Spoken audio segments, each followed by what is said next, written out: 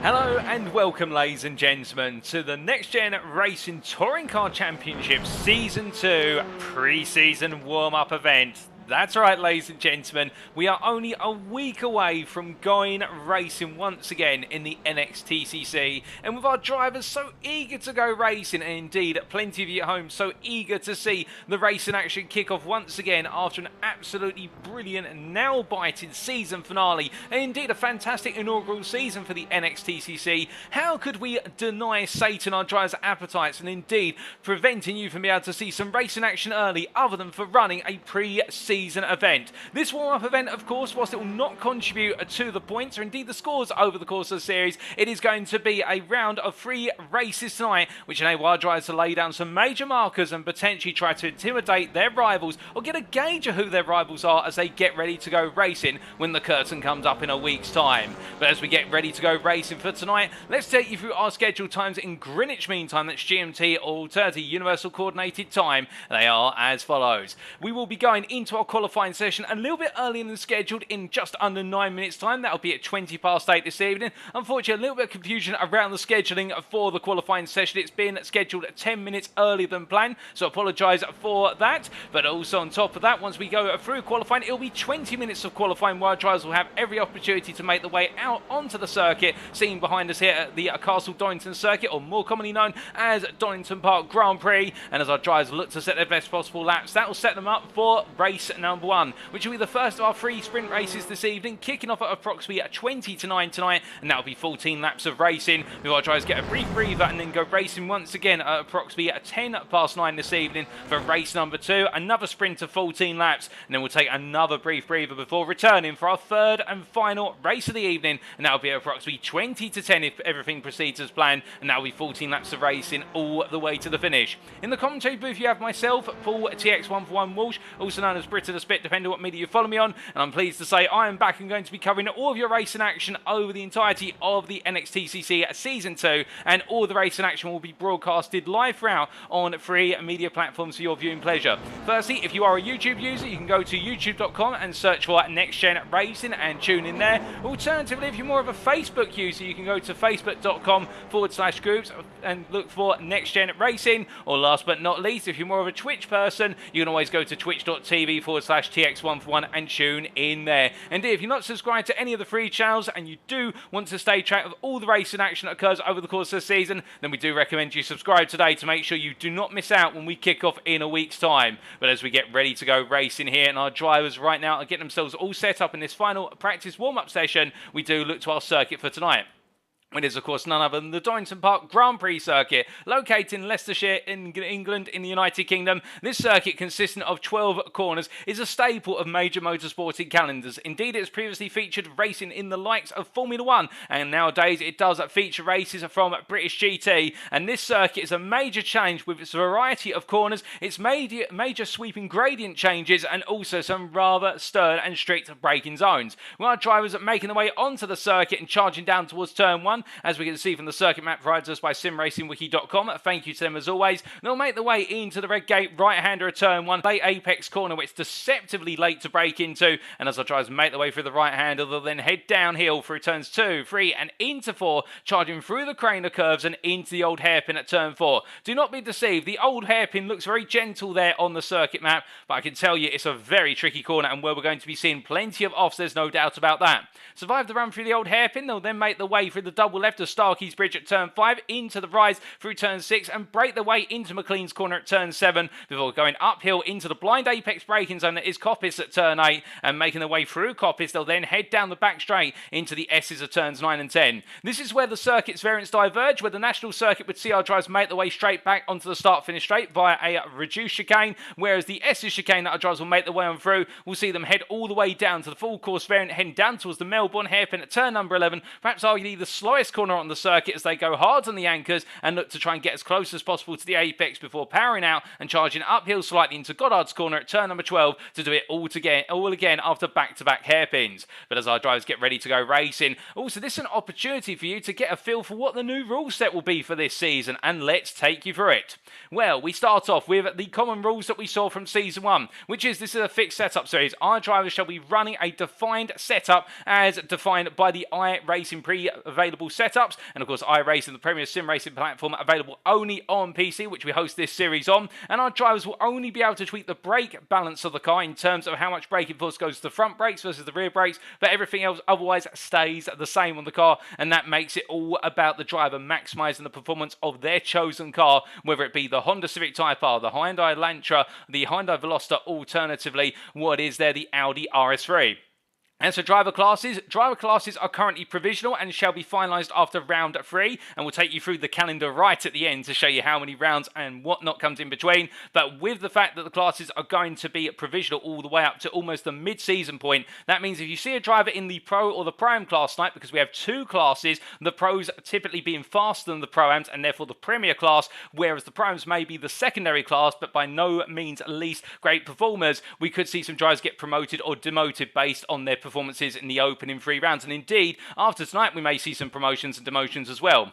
As for the races themselves, Race 1's grid shall be set based on results of qualifying, the Race 2 grid shall be set based on the results of Race 1, and we return with Race 3's grid being set as a reverse grid based on the results of Race 2, with the reversal position being drawn live from between 6th place and 12th place. We'll be cut into the commentary booth and you'll get to see me do the lottery draw much like in Season 1. We slightly changed the lottery draw and I'll talk a little bit about that when we do the draw, but you'll be seeing a potential P6 through to P12 reverse grid, and that will shake things up accordingly. Each driver shall have 2 fast repairs available in a given race, and each race is now set to an allotted amount of laps and also a time. This is new for this season. We took the feedback from the drivers and indeed you as the viewers last season, where the number of safety cars we had in some races meant that 20-minute races normally only saw, in some situations, only 6 to 8 minutes of actual racing action if we had multiple incidents. Well, we've decided to put an allotted lap amount against each race, or alternatively, the race will finish after 30 minutes. So when 30 minutes is called on the race, the lap the drivers are currently on, they will finish on that lap. And that means that when we deploy safety cars, if they're required, we will get to see more racing action over the course of each race. Now, coming on to the extension of our rule set. So, new for this season, firstly, there is race stewarding in effect. Last season, it was post-race stewarding. Now, it is live stewarding as well. There is an independent race director who is stewarding the races for track limit infringements and also for the deployment of the safety car to try and get a more accurate feel for when the safety car needs to be deployed. But also those track limit infringements, they'll be keeping an eye on the track limits that impinge, with some of the track limits in iRacing, of course, perhaps not being as accurate as you would perhaps think, and therefore the steward or the race director is going to manage that accordingly and warn our drivers. And if, in terms of that warning, if a driver receives 3 warnings for track limits, they shall be awarded a drive-through penalty by the race director.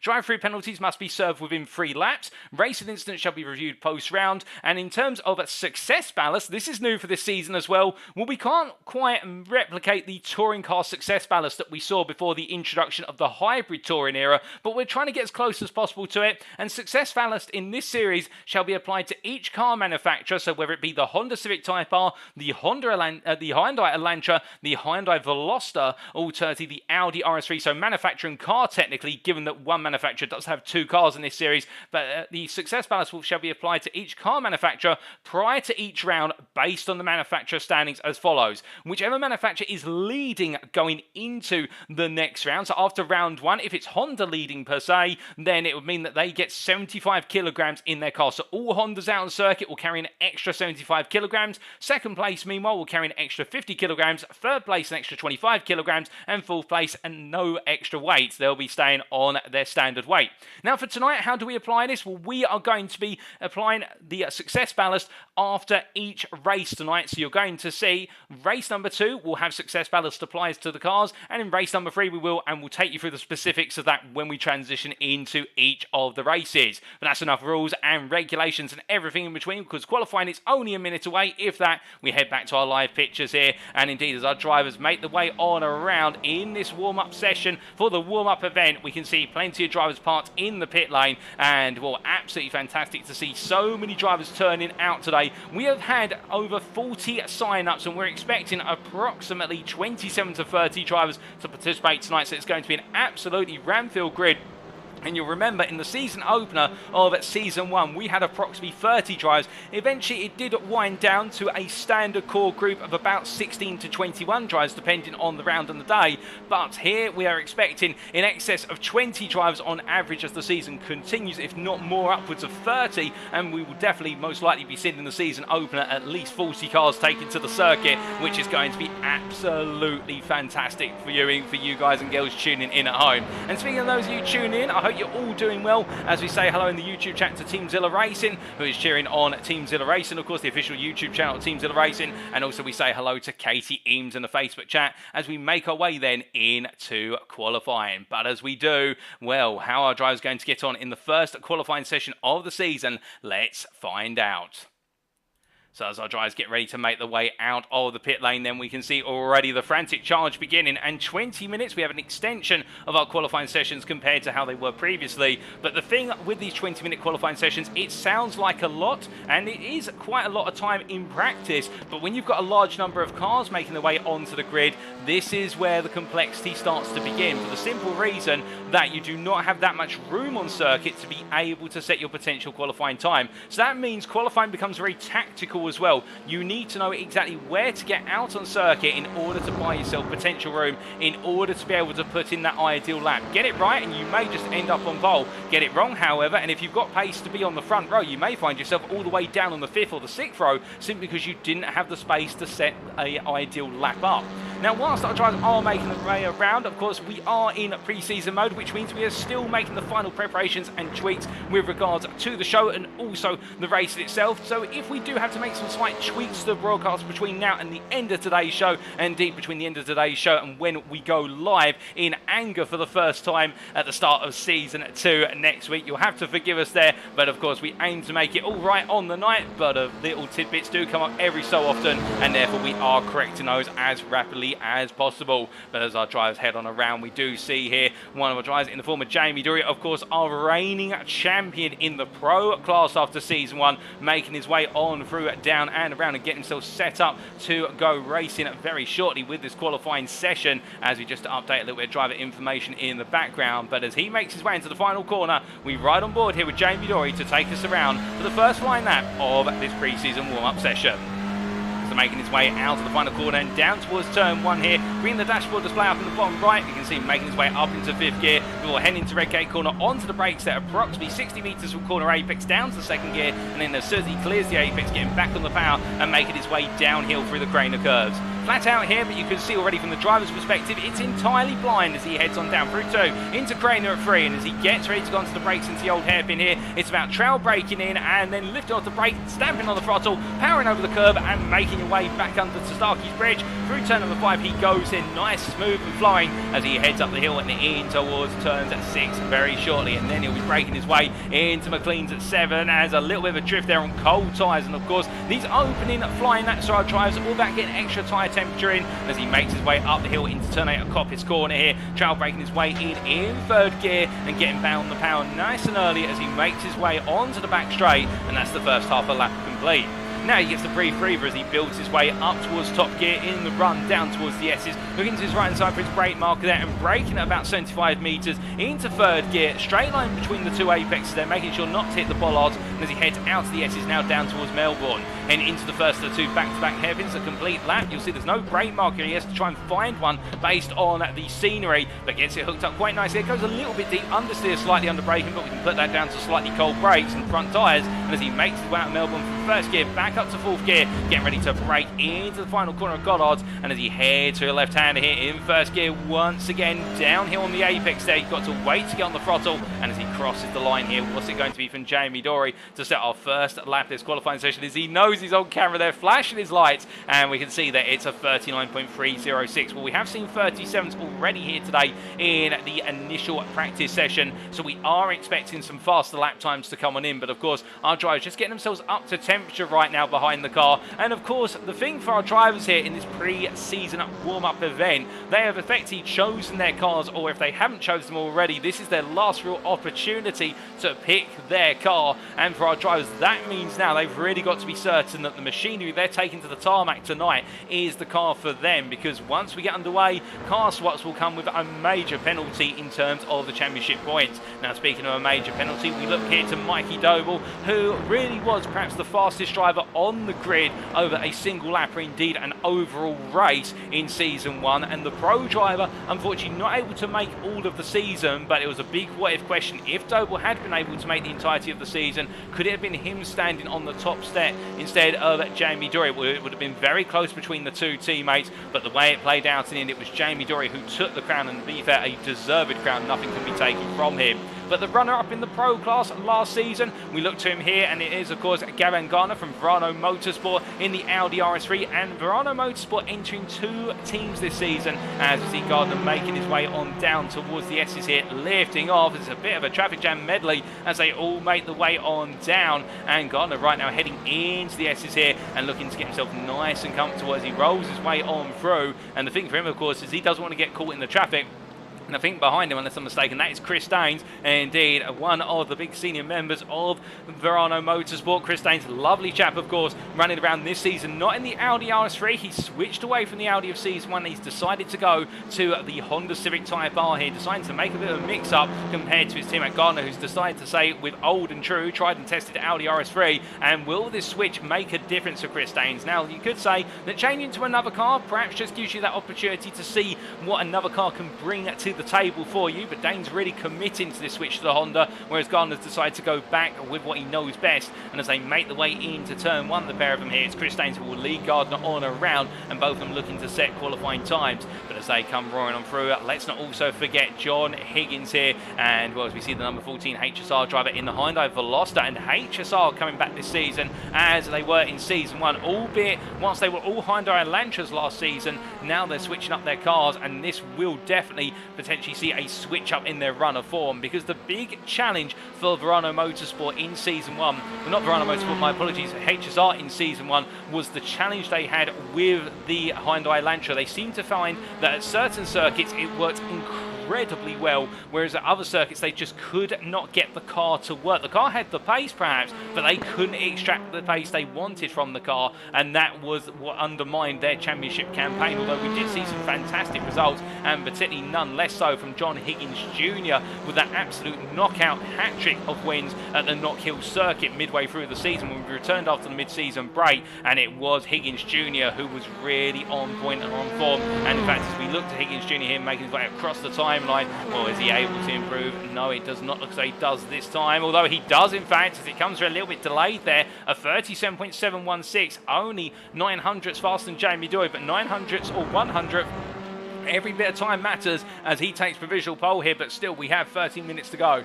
Now Katie Eames asks us there in the Facebook chat, is it the weather as is today at the track, or random? It is so foggy. Well, I believe this is an attempt to replicate the weather as it currently stands, albeit it is very foggy at the moment over Donington Park, and I believe in the central English belt at the moment we are experiencing some quite heavy cloud and also a degree of rain, so I'm not sure if we're meant to be having this level of fog in reality, but it's what our drivers are having to contend with here today at Castle Donington. As meanwhile we do look to some drivers who are new to the series as of this season, and we can see here Trev Anderson making his way on around in the Honda Civic Type R. He'll be in the Pro-Am class, as we're to understand it initially for this season, in the number 74 Honda, as he comes on through the right hander there. And well, right now Anderson looking quite strong in this qualifying session, currently P12 overall, well, is P6 in his class, and well, not too far off of Alan McCain. And McCain, to give you an idea, as Anderson is just dropped down to P13 by Paul Scott. Anderson right now, well, he was 2/10 off of McCain, now he finds himself 1/10 off of Paul Scott as he makes his way down into the braking zone here. We speak of Pro-Ams, and of course it would not be appropriate for us to ignore our reigning champion in the Pro-Am class, and that is of course Ben Pennyworth, but unfortunately not in attendance here today, and so we're not able to pan over to him, but we are able to pan over to one of the runner-ups and the primary runner-up of the Pro-Am class, and that was Paul Scott here in the Audi RS3. He returns in the 85 RS3, not changing his car choice up for Season 2, and as he makes his way through at turn number 7, they're coming through McLean's and up towards Coppice he goes. Of course, for Paul Scott this season, it has been a break where he's had to really take a look back at what happened in Season 1. He seemed to be really running strongly with Pennyworth all the way through the season, only to then find that Pennyworth seemed to just take it up a level as time wore on, and that led to Paul Scott really starting to fall back further into the clutches of the running midfield of the Pro-Am class rather than being able to take the fight. But you can imagine that Paul Scott will be dogged, he'll be determined, and he'll be looking to try and not make it. That it's the second time he's denied in being a Pro-Am champion, but with such a crammed field, we can imagine that that is going to be a challenge for him and indeed everyone, as we do look to Jason Morris here, newcomer to this season, as he makes his way through the right-hander return and one at Redgate Corner, and well, as he comes on through running in the Hyundai Elantra as he charges down the hill for iRacing Esports here. And of course we will load a newcomer newcomers, this pre-season warm-up event is a great opportunity for them. Of course, they'll have done touring car racing in other series on iRacing, or they may be rookies to it, or they may have just done some official racing in iRacing, but either way, it is an opportunity for our newcomers to get a feel for what it's like running in the NXTCC League. Of course, they've been involved in a number of pre-season practice events. We've been hosting them for the last 3 weeks, but tonight it's a real live action for these drivers as well, in terms of this is the closest they can do to a dress rehearsal, if you will, if you want to use the theatre conundrum, or a metaphor I should really say. And in doing that dress rehearsal, this is the closest they can get to what it's going to be like when we lift the calendar up next week and get underway with all the racing. But as he makes his way through turn number 8 and down the hill towards turn number 9, of course a slight drop here on the back straight as he makes his way on down. You can see how it's staggered very gradually with the undulations in the road. We do look to Philip Bruberg, who makes his way on through the final corner here. And indeed, 1 or 2 members of the Bruberg family, as I get my pronunciation a little bit more accurate. And I do believe, unless I'm mistaken, the pair of drivers are from Scandinavia. And we do see here Bruberg making his way into turn number 1 in the Hyundai Elantra here. And, well, the family members, a great rivalry between the 2 brothers. And we're just trying to find the other brother in the family. We have Philip here, who's currently running in P17. And then we have all the way up in P3 overall. It is Sebastian Bruberg here, who's running around in the Hyundai Veloster. So the 2 brothers deciding to run 2 different cars for the same team and both running Hyundais. It's going to be interesting to see how their fortunes weigh up against one another as the season progresses, for the simple reason that both drivers here will be looking to do well in taking the fight to their rivals, but also looking to one-up one another out of circuit, because of course that's what family rivalries are all about, particularly when it's 2 brothers. And well, I'm sure they do get on fantastic. In fact, I've had the opportunity to speak to both of them in the build-up to tonight, and well, lovely gentlemen, the pair of them. And well, on circuit I can imagine they'll be respectful, but they'll also want to get their elbows out a little bit, and it wouldn't be touring car if we did not see some elbows out action. And they're both representing the Bright Esports team, we should say. And also there will be Daniel Holmer, who represents Bright Esports, and I believe Daniel Holmer, another Pro-Am driver. Indeed, the entire team Pro-Ams at this time, and we can see here Holmer making his way into the final corner for Bright Esports, and he's decided to go with the Hyundai Elantra, and some absolutely beautiful liveries taken to the field this season as well, which only adds to the splendour already. You can imagine this is as much a shakedown as well for our drivers and their teams and their sponsors as it is for some racing action and practice, as we do look to one name that may be familiar to many of you if you tuned in to our recent GT3 Championship and also our Proto GT3 Championship early this year, and that is the South African driver of Stefan Wessels here, making his way into turn number 1 in the Hyundai Elantra, and of course a very fast and up-and-coming driver on iRacing in the GT3 Championship, and indeed in the Proto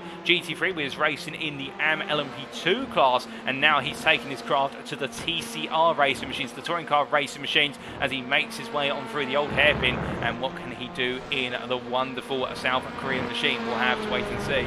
But as he comes roaring on through and making his way on uphill towards what is the right-hander here on McLean's corner once again, it's going to be a learning experience for him, but right now I think that learning experience is only going to be exacerbated in the fact that he's currently P6 overall, and therefore now the pressure is going to be on. Can he potentially get himself an overall top 5 here in this group? And it is a very tense field, there's no doubt about that, and also a very tight field with it. Now, I have just had a correction passed to me by the race director with regards to the penalty system, which is that with regards to track limit infringements, if a driver gets 3 warnings, then that will just count as 3 warnings for our drivers. The 4th warning our driver gets, so they get 3 strikes, and it's on the 4th one they're out, they will get a 5-second post-race penalty. And on the 5th warning, the 5th track limit infringement, it will be a 10-second penalty. And then on the 6th infringement in a race, if they go that far, then it will be a drive-through penalty. So we just had that clarified from our race director. Thank you to our race director for that. And we also do, of course, have the return of our safety car driver for this season, albeit he's parked in the pit lane at the moment, you can't quite see him, and that is Gaz Williams. We let him out the car, I can promise you that. He wasn't cooped up in the car all the way in the waiting, and as he makes his way down in the pit lane, he's just parked up at the moment.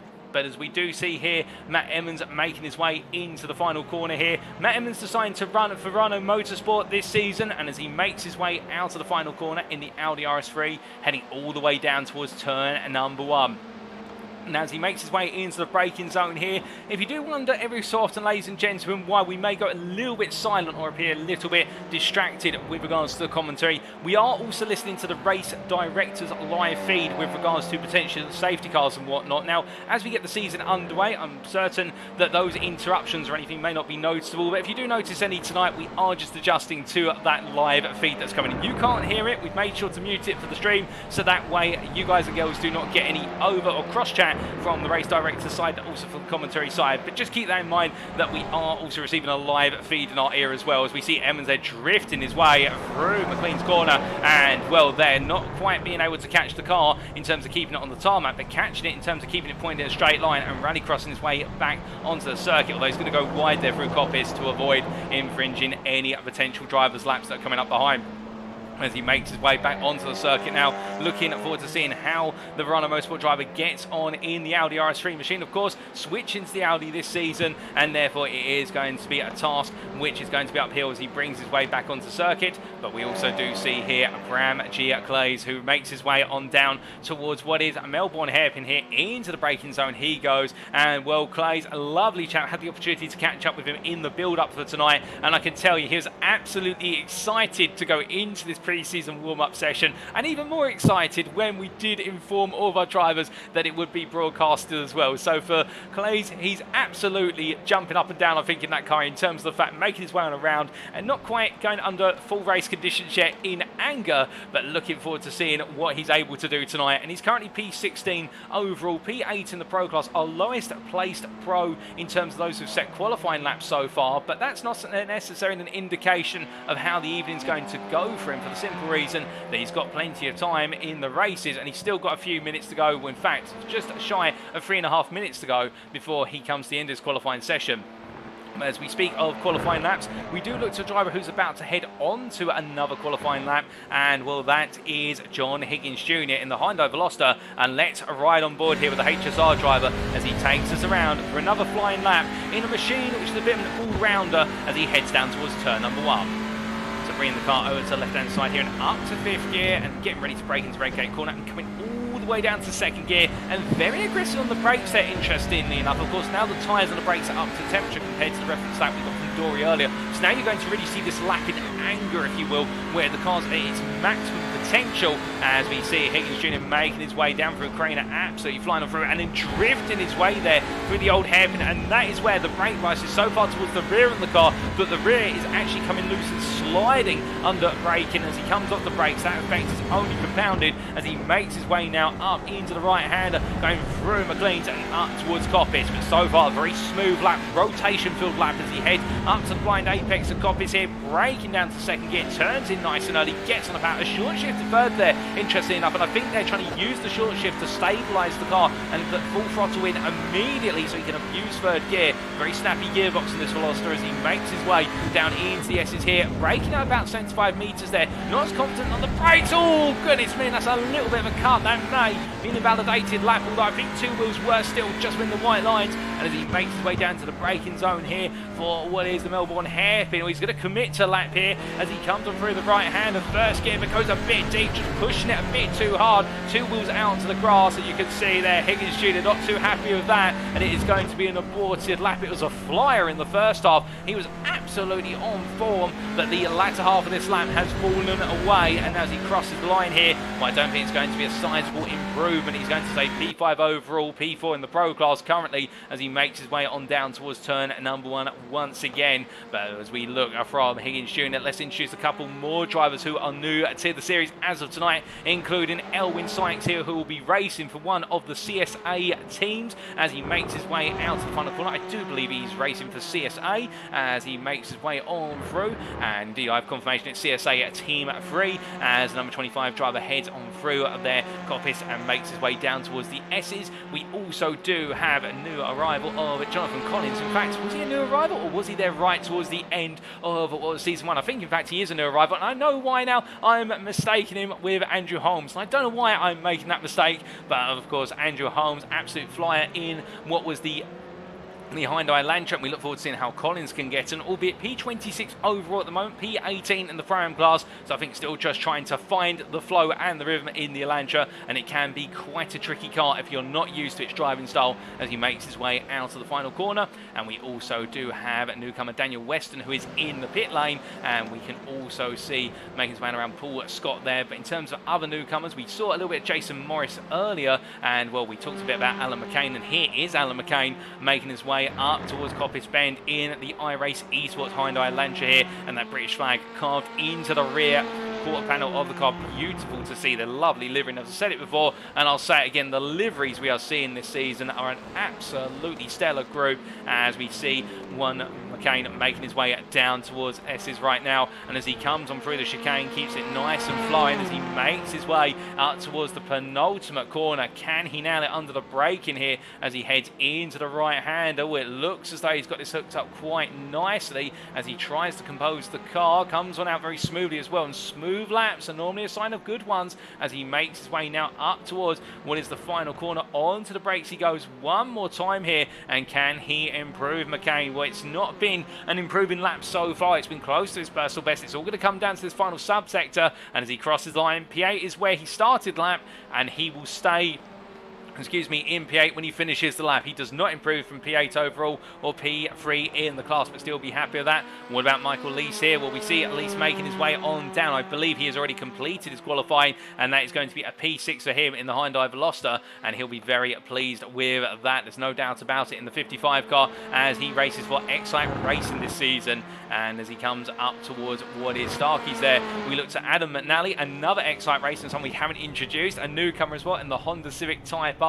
Indeed, plenty of newcomers still to be introduced. We can't get them all necessarily right now, but what we can get is get ready for some racing action, which will be kicking off within the next minute or so with the gridding process. We've just got the final qualifying laps coming on in, and some of our drivers making their way into pit lane. There goes McNally, and we have also got coming into the pits, I believe that's Vessel's making his way in as well, and now we're just waiting for one or two more, and well, we do have McCain making his way on around. We've also got Lees here making his way on down, so just these two out on circuit, and once they've come on in, or indeed the time allotment for them to come in has expired, we will be getting ready to set the grid. But this qualifying session, pole position has gone to Jamie Dory overall. He continues from where he left off in season 1 as the pole sitter for this race, and meanwhile pole position in the Pro-Am class has gone to Sebastian Bruberg in the Hyundai, and he'll be starting at P4 overall in what has been a brilliant qualifying session for the newcomer. Indeed, he may be a rookie to the series,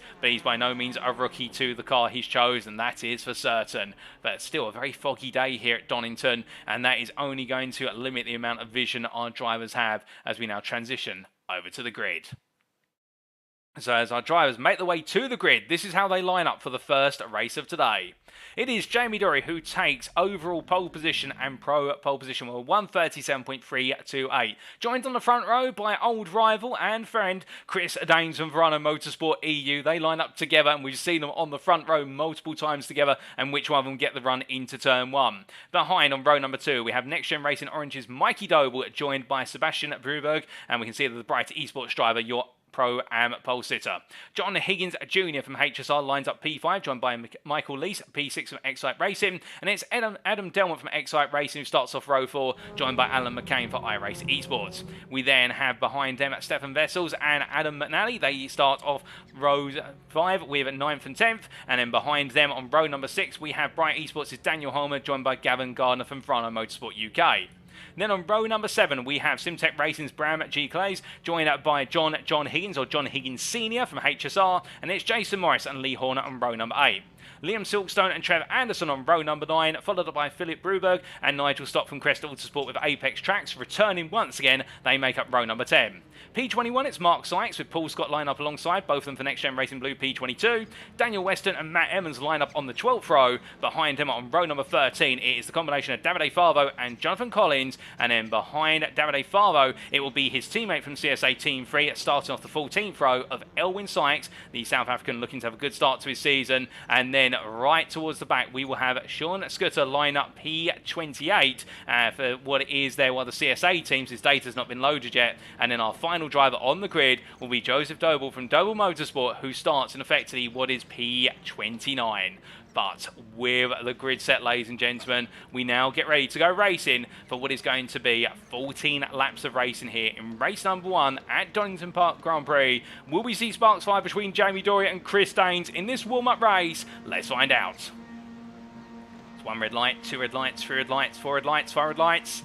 Green flag, green flag. And it's lights out and away we go here for race number 1 as Jamie Dory gets a good start. It's the battle of the Hondas into turn 1. It looks like Dory has nailed the starting procedure. Daines not too far behind, but not enough. Meanwhile, Mikey Doble getting swamped there on the inside into Red Gate corner with John Higgins Jr. going around the inside to outside run as they make the way down towards turn number 2. And as they come charging down, Michael Lees here has got Doble back up his inside as they head in towards the old hairpin. Now this is where it gets tricky. Cold tyres too wide in a downhill run, and everybody concertina into the old hairpin. And as they make the way under braking, it looks like everyone's made it safely so far. Although I say that we have had Daniel Weston jump to the pits. I'm not sure what the reasons for that are, but everybody has survived the run through the old hairpin, and that's what is 25 plus cars all making their way up towards McLean's corner. But as they make the way in, we've got a bit of battle here between John Higgins Senior, I should say, and Lee Horn up his inside, and Stefan Vessels meanwhile battling with Daniel Holmer in the hunt for P10 overall. Holmer on the inside there for Bright Esports, meanwhile Stefan Vessels on the outside as they come through the long right-hander and now make the way out to Coppice and down towards the S's. We've still got 2 wide for many a driver here, and look at the front of the pack in terms of the battle for P3. Mikey Doble being pushed along by Higgins Jr. as meanwhile Michael Lees goes straight on at the S's, and that's going to be a cut there, but I think he may have been given a bit of a tap on the rear, and now as he recovers here we see Sebastian Bruberg here on the outside as they almost go what is 3 wide under braking into Melbourne, and look at Lees coming back as meanwhile Adam Delmont finds himself between a rock and a hard place here. It's 3 wide coming out of Melbourne, and they've all survived it as they make the way up towards what is there into Goddard's, but Delmont leads the group. Oh goodness me, and there's contact there. Sebastian Bruberg is turned into the wall, and I believe Lees is also off as they make the way down through the left-hander here and head up towards another lap. But as they are, it's 1 lap complete already, but we've still got plenty of battling in the field as they charge down towards turn number 1, and once again, and you can see here Davide Favo battling with what is Sean Scudder and trying to go around the outside as they make the way through the right hand. Of course, his fellow countrymen, both of them from South Africa, and as they make the way on through, now heading down the hill towards the old hairpin once more. But in the charge here, of course, the challenge for these drivers will be, can they pull it off comfortably, or will they back out? What we can see here as they make the way into the braking zone. In fact, it's Favo who has fallen behind the Scudder there. Just to clarify, the 2 drivers, Davide Favo in the Audi RS3, Scudder in the Honda, and as they make the way up the hill, it's Matt Evans here who gets turned around and onto the grass coming out of Starkeys. It's gone wrong, and we've also got their goodness bit. There's even further contact as we've got cars going wayward, and well, Matt Evans having to pick up the pieces as that's even more cars gone. That's Stefan Vessels caught up there, I believe. Well, goodness me, that is a domino effect of instance. I'm not exactly sure what's happened there, but it's gone so very wrong for a number of drivers. But meanwhile, we look to the front of the field, and Jamie Dory leading this race ahead of Chris Daines at the moment on lap number 2 as they make the way through Melbourne once again. But it has been a dramatic lap 2, less so in lap number 1 where we did see some brilliant battling as we've got a car off there in the back of your picture. That's Paul Scott, I believe, who's just parked up there looking at the tyre barrier, and something's gone wrong for him, and I think we may have a safety car very shortly, although I'm not 100% sure on that. We're just waiting for the confirmation, but we can see our drivers making their way on down and around, and Mikey Doble's into the pit lane, so something has gone very wrong for Mikey Doble as well, but it has been a very dramatic turn of events, and I think we are still racing. Yes, Jamie Dory's still racing here on lap number 3 as he makes his way on down the hill, and as they come all the way down towards what is turn number 4, Jamie Dory just running away with the proceedings right now, but with Chris Daines not too far behind. But as they come on through here, we have just had with confirmation, I believe it is no safety car at, well, in fact we do have a safety car. I can see it making its way around on circuit at the moment, unless I'm mistaken, and well, as our drivers come on through here, it means they can go racing up to what will be effectively the start-finish line until they get picked up by the safety car. So that is where the racing will be paused, and we'll continue to tick down the lap time albeit it will be a bit more of a gradual rate. But as our drivers make the way on around, we have had just confirmation in the YouTube chat there from Teams that are racing that Danny Weston, well, their drivers, or Daniel Weston as he's known in full, has a technical issue but is loading back into the iRacing lobby at the moment. But so many drivers caught up, and it has been a very difficult opening few laps. We've still got more drivers making their way into the pits, and we do need to try and pick up exactly what happened, where we saw, well, a cluster of drivers, approximately 6 drivers, have it all go wrong for them. But as we do see McCain making his way on through here, we look to Mikey Doble, who's come all the way out at the back of the field and now is looking to pick up time and pace as he makes his way in the pursuit here of what is Bruberg in front, and that is Sebastian Bruberg in front of him, who he tries to go on the offensive against. But as they make the way on down the hill at this point in time, you can see Doble staying close but not able to find the move at the moment as he heads in towards Starkey's Bridge and then up towards McLean's. As he comes on through, we do just briefly look to get what is the data loaded for Sean Scooter as part of our driver information, just because he has joined a little bit later and therefore we haven't got his data available at the moment. But now we will have his data on screen, so you'll see him there on the timing tower. But things have calmed down. Although I say that, Jamie Dory and Chris Daines still battling one another, and a bit of a knock there between Daines and Dory. We just catch it at the last moment, and as they make the way on up the hill and head into the right-hander, well, we can see here Daines ahead of Dory now. And how did that happen? We'll take a look back very shortly exactly how that played on out. But as they make the way down to the braking zone for turn number, what is it, the S's at turns 9 and 10, no change at the moment after Daines has got ahead. And it looks as though here Chris Daines definitely now trying to put his foot down and lay down his authority. And remember what we said earlier with regards to, in this battling between drivers in this pre-season event, they're not battling for points, but they're battling for pride, and also they're battling to lay down markers. And Daines definitely trying to put a marker down as they make the way up towards turn number 12. But as they head in towards the braking zone here, Daines holding his position for now. Further back, meanwhile, Daniel Holmer battling with Adam McNally. McNally on the inside in the run into what is there, into Goddard. And as they come on through, you can see right now Holmer just being made to go a little bit deep by McNally. And Daniel Holmer is your lead prime driver at this point in time. And behind him is Lee Horn, who is second place in the prime class. So they're battling for position in terms of class, as well as battling for overall to try and get into the top 5, with Gavin Gardner, P4 overall in the pro class, at the head of this group of 4 cars. And as the quartet made the way out of Redgate and down towards what is the old hairpin once again, you can see Holmer trying to take a look around the outside to inside through the crane of curves. Can't find it, has to back out, and Lee Horn there waiting to try and punch his ticket to make a move if he can find the opportunity to do so. But not so far, and instead has to wait his turn once again as they make the way under Starkey's and up towards McLean's corner for what is now the 5th time of asking under race pace conditions.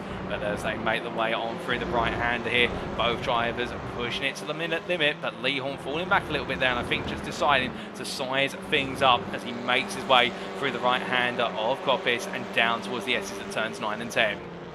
We're going from one driver who is on the offensive to another one here who's trying to go on the offensive, and that is CSA Team 2's Sean Scooter here as he makes his way through the right-hander of McLean's, and, well, trying to catch up here. And we do have confirmation, by the way, apologies for the confusion earlier on, with no safety car was deployed. And as the drivers come on through here, we are continuing to go racing. In fact, we've had racing non-stop so far, but Sean Scooter backing off a little bit there after a mistake at what was McLean's out towards Coppice, and now having to focus on trying to get back close to the rear of Elise, but now being a second behind may be a bit more difficult than it sounds. Meanwhile, we look back up to our race leaders here and going on to lap number 6. Chris Daines continues to lead, and we take a look back at the pass that was made for the lead of the race. This was in the run, coming out to the old hairpin and under Starkey's and up towards McLean's, and Chris Daines had an overspeed there. So I think Jamie Dory with an error, and Dory trying to get the cutback, but Daines parking on apex just enough in order to prevent the cutback, and in the end Chris Daines getting the move done. And as we now return to the live pitch, of course, we called the end of that battle where Daines was under pressure in the run to the S's, but not enough pressure to wilt under it. We can see continuing to lead here, and these two have got a 6-second advantage to P3 driver, who's on his own at the moment, running P3 overall in the pro class, and that is John Higgins Jr. As meanwhile, elsewhere on circuit, we see Liam Silkstone going ahead of Jonathan Collins, and the same for Matt Evans. And and Jonathan Collins having a major moment. And what happens to the Next Gen Racing blue driver? Well, we're about to take a look back and find out. But for Collins, it has gone quite wrong there as we now take a look back. Making his way on down into the braking zone here, and where you can see the left-hand side tyres just going a little bit beyond the entry curbing, and the car getting hooked onto the grass, and that pulling him off circuit under braking. And with the thing with these touring car racing machines is their front engine front-wheel drive, which means they naturally want to understeer, and when you take a wheel or two off of the tarmac and onto the grass, there being less grip available, they just become hooked on the grass and they straight line on as a result. But Collins there losing 2 places for the price of 1 mistake, but in return now focusing on trying to catch on back up to the group ahead of him, including Matt Emmons, Liam Silkstone and Trev Anderson. But we look from P13 back up to P5 here, and well, we have seen that Lee Horn has dropped off a little bit from this group, so the quartet's now reduced to a trio in the battle for P4 overall. It is Gavin Gardner who's at the head of this pack, and then we have a 6/10 of a second gap to Adam McNally, who then has Daniel Holmer, the Pro-Am leader, chasing after him as they make the way down towards Old Hairpin here. Daniel Holmer, the bright esports driver here, who has had a real bright start to his day, pun intended there, because really he is shining right now as he makes his way underneath Starkeys and up towards what is there McLean's. We can see the Scandinavian right now trying to put the pressure on, but of course having to weigh the fact that, as you see those rear brake discs lightning hot as he makes his way all the way up towards Coppice Bend. If he pushes too hard too soon, he may find himself having a bit of an uphill battle later on in the race as he makes his way through Coppice and down towards what is the S's once more. Meanwhile, all the way at the front, we ride on board the gearbox and look back from race leader Verana Motorsports Chris Daines, running for the EU outfit as he makes his way into Melbourne here. And that's Jamie Dory, who you can see hot on his heels as they make the way up towards the final corner for the 7th time, crossing over the halfway threshold of this race now and making their way into the latter half. And well, for Jamie Dory, he's not fallen back since Daines has made the move, so I think it was the tiniest of mistakes which gifted the opportunity for Daines to be able to convert what was an attempt at a pass into a certified pass. But now can the Dane hold off the Briton as they make the way back onto another lap. Lap 8 they go on to here. Another 7 to go, including this one. And who will it be who takes the checker flag overall and in the pro class? Meanwhile, as we look from them to a little bit further back in the order, Jonathan Collins has been passed recently by John Higgins Senior, I should say. And well, we'll take a look back at exactly how that happened very shortly. But here is John Higgins Senior for HSR in the Veloster as he makes his way out of the final corner. And this is how the move was made. You can see Collins there up front going deep into Melbourne. In fact, going so deep that the door was left wide open. I think Collins had to let the car roll off the brakes rather than try and turn it in. And then Higgins Senior just simply saying, well, if you're going to leave the door that wide open, don't mind if I do. And then in the run to Gollard's corner, no counter-attack. But as we return to live pictures now, we look up to the battle for the lead once again. And it's making its way down towards the S's, in towards the chicane. It's still Danes ahead as they make the way on through 9 into 10. But you can see both drivers now starting to roll a little bit on the edge as they make the way through these corners. Of course, the tyres now have had quite an aggressive run so far. It is effectively what is a sprint race in terms of the time or the lap duration, but when you're in these sprint races, the encouragement is you've got to push as hard as possible, but in doing so you raise your tyre temperatures higher, and on top of that you start to scrub the tyres, and that means that the tyre grip does fade quite rapidly over the course of the race distance, even if it is only the equivalent of about 20 minutes of racing, assuming there's no safety car over the course of the race. Meanwhile, speaking of safety car, I don't think there's going to be a safety car for that off from Davide Favo, but the CSA Team 3 driver there getting it wrong coming through Coppice Bend. And what exactly happened? Well, we're about to find out. So this was earlier in the lap before Coppice, making his way into McLean's. A little bit of an off track there, just carrying a bit too much speed in the Audi RS3. Returns to the circuit, Alan McCain coming up behind there. McCain at the time running in P19, what was P12. In fact, that was going for the old hairpin, my apologies. A little bit difficult to discern from the fog. Then coming up into what was McLean's corners. He came through here, no issues. So it must have been into Coppice. Does he just carry a bit too much speed on the hill? I think he does then. You can see that he just has not taken taking the speed out of the car compared to what his normal line would be, and Favo then we caught him at this point returning and losing the place to McCain. But as we return to those live pictures now, and we see him making his way into sunny skies, but the sun has managed to break its way through the cloud to a degree, heading into turn number 1, and instead we now look to Sean Scooter making his way for CSA Team 2 down through the crane of curves and into the braking zone for what is the old hairpin. And well, with Morris hot on his heels here, Jason Morris trying to put some pressure on here in the hunt for P9 in the Prime class. What is P16 overall as they roll the way on up, and we ride on board here with the iRacing Esports driver.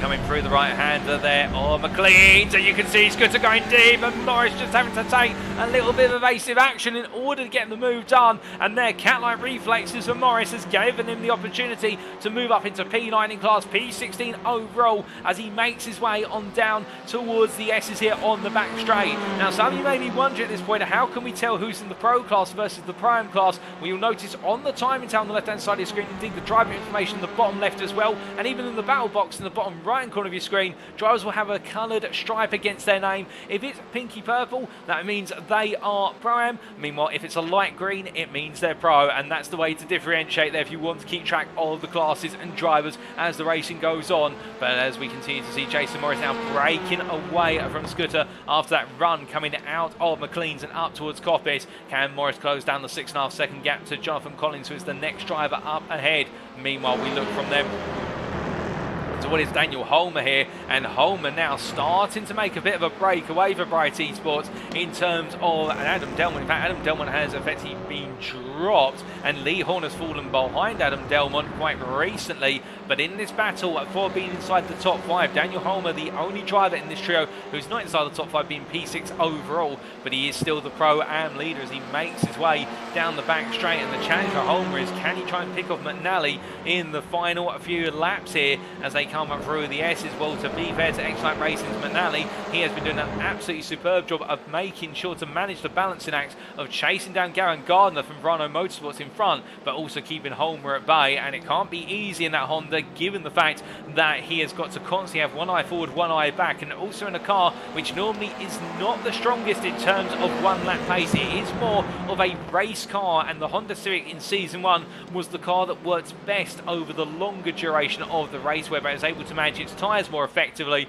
whereas the Audi RS3 seems to be the car that was the launcher off the line, and also very strong once it came up to temperature, but did have a little bit of a risk of higher tyre temperatures and higher engine temperatures towards the end. And meanwhile, the Hyundai Elantra was the one lap pace car, whereas as it went deeper into the race, the tyres fell off. So for Manali right now, he has to balance managing his own car whilst also making sure to get Holmer to take time out of his front tyres, and if he can take that life out of the tyres, he will then be able to make the charge after what is Gavin Gardner. And of course, Gardner, if he can manage the Audi, if he can keep those temperatures in the optimum window, the Audi RS3 can go incredibly strong, and Gardner definitely showing that right now and carry on from where he left off after a difficult season finale in what was season at number 1, of course, where it all went wrong at Brands Hatch, whereas for champion Jamie Dory it all went right, and for Gardner it's all about turning things around. And this run in P4 right now is definitely a good sign in terms of his preparation for the season open in a week's time, because he's looking comfortable behind the wheel as he makes his way down towards the S's once again.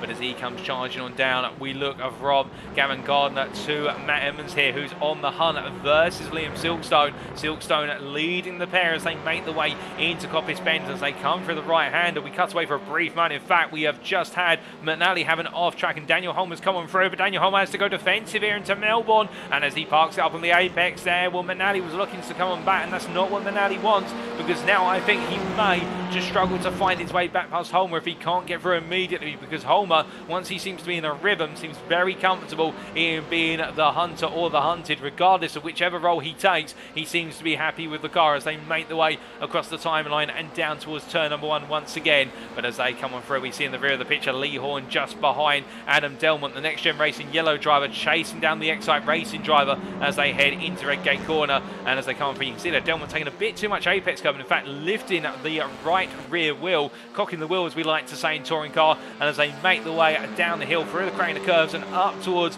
what is the old hairpin once again. It does seem as though Lee Horn now starting to come a little bit stronger, and Delman perhaps struggling a little bit this late on in the race. Perhaps he's taking a bit too much out of the car. But meanwhile, there's Lease, Michael Lease on the inside of John Higgins Sr. into turn 1, and I think Lease had been setting up that move for some time as we look to what exactly happened.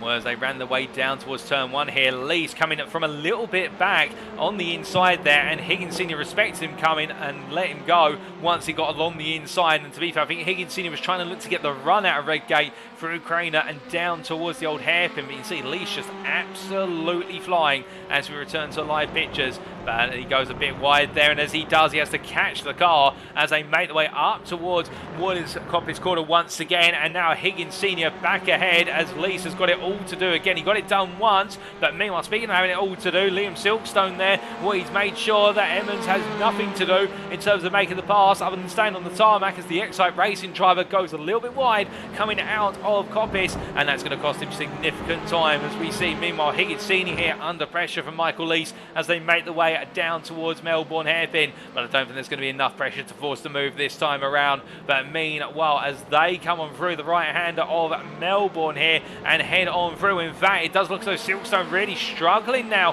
and well, you can see Higgins Sr. going on the inside. Will he get the move as they make the way to break in? Well, I think we're going to see Silkstone go a little bit deep. Higgins Sr. here is going to stay on the inside line, and as they exit out the corner, it's going to be a drag race up towards Redgate, but in the charge now as they make the way up towards the braking zone. The problem for Higgins Sr. is he finds himself on the outside, and look at Lease here in the toe of Silkstone trying to work with his teammate and gets back up the inside. And this time I wouldn't be surprised if Michael Lease is telling himself right now, don't make that same mistake twice, as now he's going to try and make a 2-for-1 special in the run down through the crane of curves. He's going to come on through versus Silkstone, but Higgins Sr. is also going to go around the outside, and as they make the way into the old hairpin, can Silkstone come back? No, Silkstone goes deep, and as a result has to stop the car. He can't carry the speed, he runs a little bit wide. Meanwhile, Higgins Sr. gains a place back that he lost only moments ago, and Michael Lease makes it 2-for-1 in 2 corners as they make the way up towards turn number 7 and in towards McLean's once again, and Lease this time not going deep and keeping the position. But meanwhile, we look from them to our race leader of Chris Danes here, the Verano Motorsport EU driver in the 111 Honda, whereas he makes it out the final corner. He'll now be going on to the final lap. It'll be the 14th and final lap here in race number 1 at Donington Park Grand Prix circuit. The white flag is out, and as he makes his way down towards the right-hander of Redgate, looking comfortable so far. Jamie Dory behind by 1 second, and as they make the way through the right-hander, we're hearing that Jason Morris has been involved in a major incident which has seen him have to jump to the pits. But also we're having the continuation here of Lease versus Higgins Seniors. Higgins Senior trying to go round the outside then to Melbourne, but can't quite find it. Instead, Lease defending well on the inside. And as they make the way up towards Goddard's here, well, I don't think he's going to be looking for the move this time around. The HSR Racing driver just waiting in the wings here, and I think he may have a shot at it on the final lap if he can get a good run through the S's.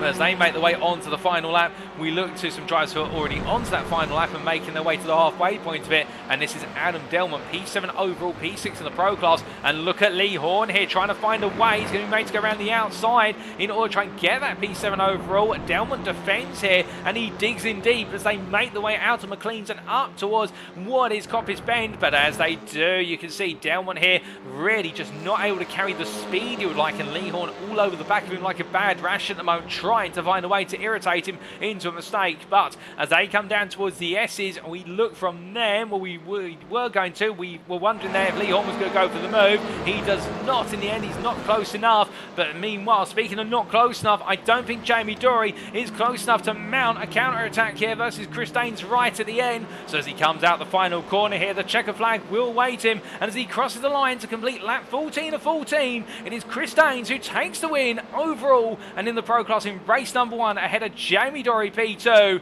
It will then be shortly after John Higgins Jr. who comes on home P3 overall and in the Pro class, completing the respective podiums, with Gavin Gardner in P4 having held off Daniel Holmer to the line, and Daniel Holmer is your Pro-Am winner ahead of Adam Nally P6. It'll then be Adam Delmont P7 holding off Lee Horn to the very end, who comes home P2 in the Pro-Am class.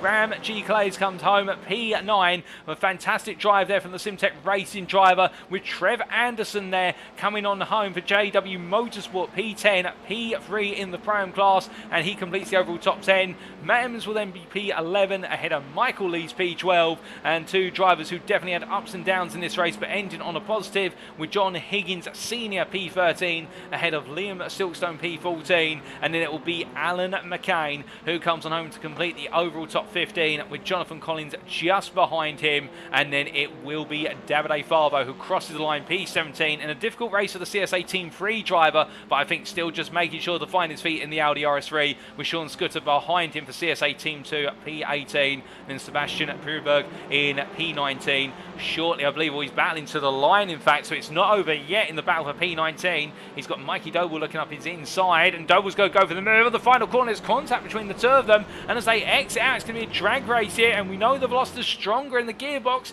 and as a result, Bruberg does just crossed the line by a minor margin of 800ths ahead of Mikey Doble, who finishes P20. Nigel Stott P21. Elwin Sykes comes on home P22, with Stefan Vessels P23 just behind him, and it will be Philip Bruberg who comes home P24, the last driver to finish on the lead lap. Well, what a race from start to finish. We saw plenty of drama on the opening laps, particularly lap 2, which saw a plethora of cars, and in fact I had it whispered in my ear at one point that I think we had 11 cars involved in incidents over the entirety of lap 6 at what was McLean's corner alone, and well, they all seem to be in staggered incidents, but in the end all of our drivers have made it on home, and well, we have had a couple of retirements. We did have the retirement of Joseph Doble, and also I believe we didn't have a retirement of Jason Morris until the very end, so he will be classified, but we also saw a couple of drivers finish a lap down. That was Paul Scott, Mark Sykes and Daniel Weston, but for the most part our drivers having a successful race number 1. As we see Emmons parking it up in the pit lane, let's take you through those race results. So after what is our first pre-season race here today at Donington Park Grand Prix circuit, here are the results for the pre-season event, race 1, and we can see that Chris Daines taking the win in the end by 1 second over Jamie Dory. The Verano Motorsport and NXTGEN Racing Orange drivers in that rivalry, that ever-building rivalry between the two of them, with John Higgins Jr. coming home P3 for HSR, then Gavin Gardner P4 ahead of our Pro-Am winner of Daniel Holmer in P5 for Bright Esports. Adam McNally closely followed by Adam Delmont, the two Excite Racing drivers P6, P7, with Lee Horton P8, and then Branches Clays coming home in P9 ahead of Trav Anderson, who completed the top 10 and with it completes the Pro-Am podium. Lee Horn, of course, being our second placed Pro-Am finisher. Matt Emmons P11 there, best of the rest, followed by Michael Lees and then John Higgins Senior ahead of Liam Silkstone. A great rivalry between them two, and also Michael Lees, and then Alan McCain completing the top 15 with Jonathan Collins P16, Davide Favo P17, Sean Scudder P18, and then behind them it was Sebastian Bruberg in P19 ahead of Mikey Doble, who completes the top 20 in a difficult opening race for Mikey Doble. Nigel Stott P21, Elwin Sykes P22, Stefan Vessels for CSA Team 2 P23, Bright Esports is Philip Bruberg coming home P24, and then Paul Scott finishing a lap down P25 ahead of colleagues Mark Sykes and Daniel Weston. In fact, Daniel Weston being classified as a lap down in, so I think they did manage to get the car out there, but just a little bit of confusion exactly where they fitted into the mixture. Jason Morris P28, and then I do believe we had one other driver in the form of Joseph Doble, who did not take to the grid due to technical issues and therefore classified P29, but that will be a did not start. But that is race number 1, ladies and gentlemen, and we still have 2 more sprint races on the schedule for tonight. Sprint race number 2 will be coming up shortly. In about 5 to 10 minutes time we'll be back for the race in action, but until then, well, you'll just have to wait and see what's coming up in race number 2 in this pre-season warm-up. We'll see you shortly.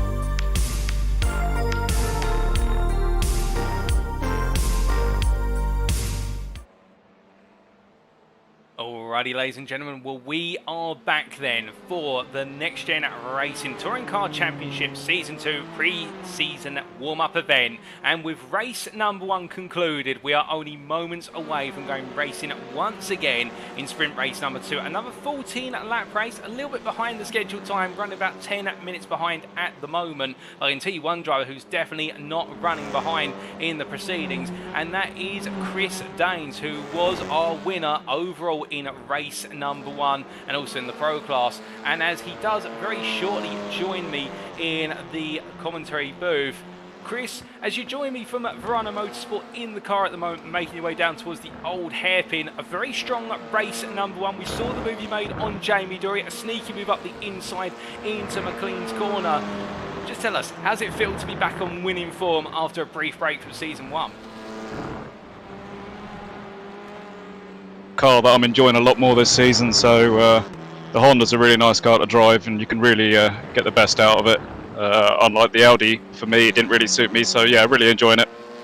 Oh, that's brilliant to hear. And as you make your way around, of course, Verano entering 2 teams this season, the EU and the UK teams. Are you all fired up on both accounts now, or do the teams still need a couple more races just to get themselves clocked in? Yeah, we've got a couple of drivers missing tonight, so we're going to be running some practice sessions before next week, so we can get everyone dialed in. And but yeah, everyone's ready.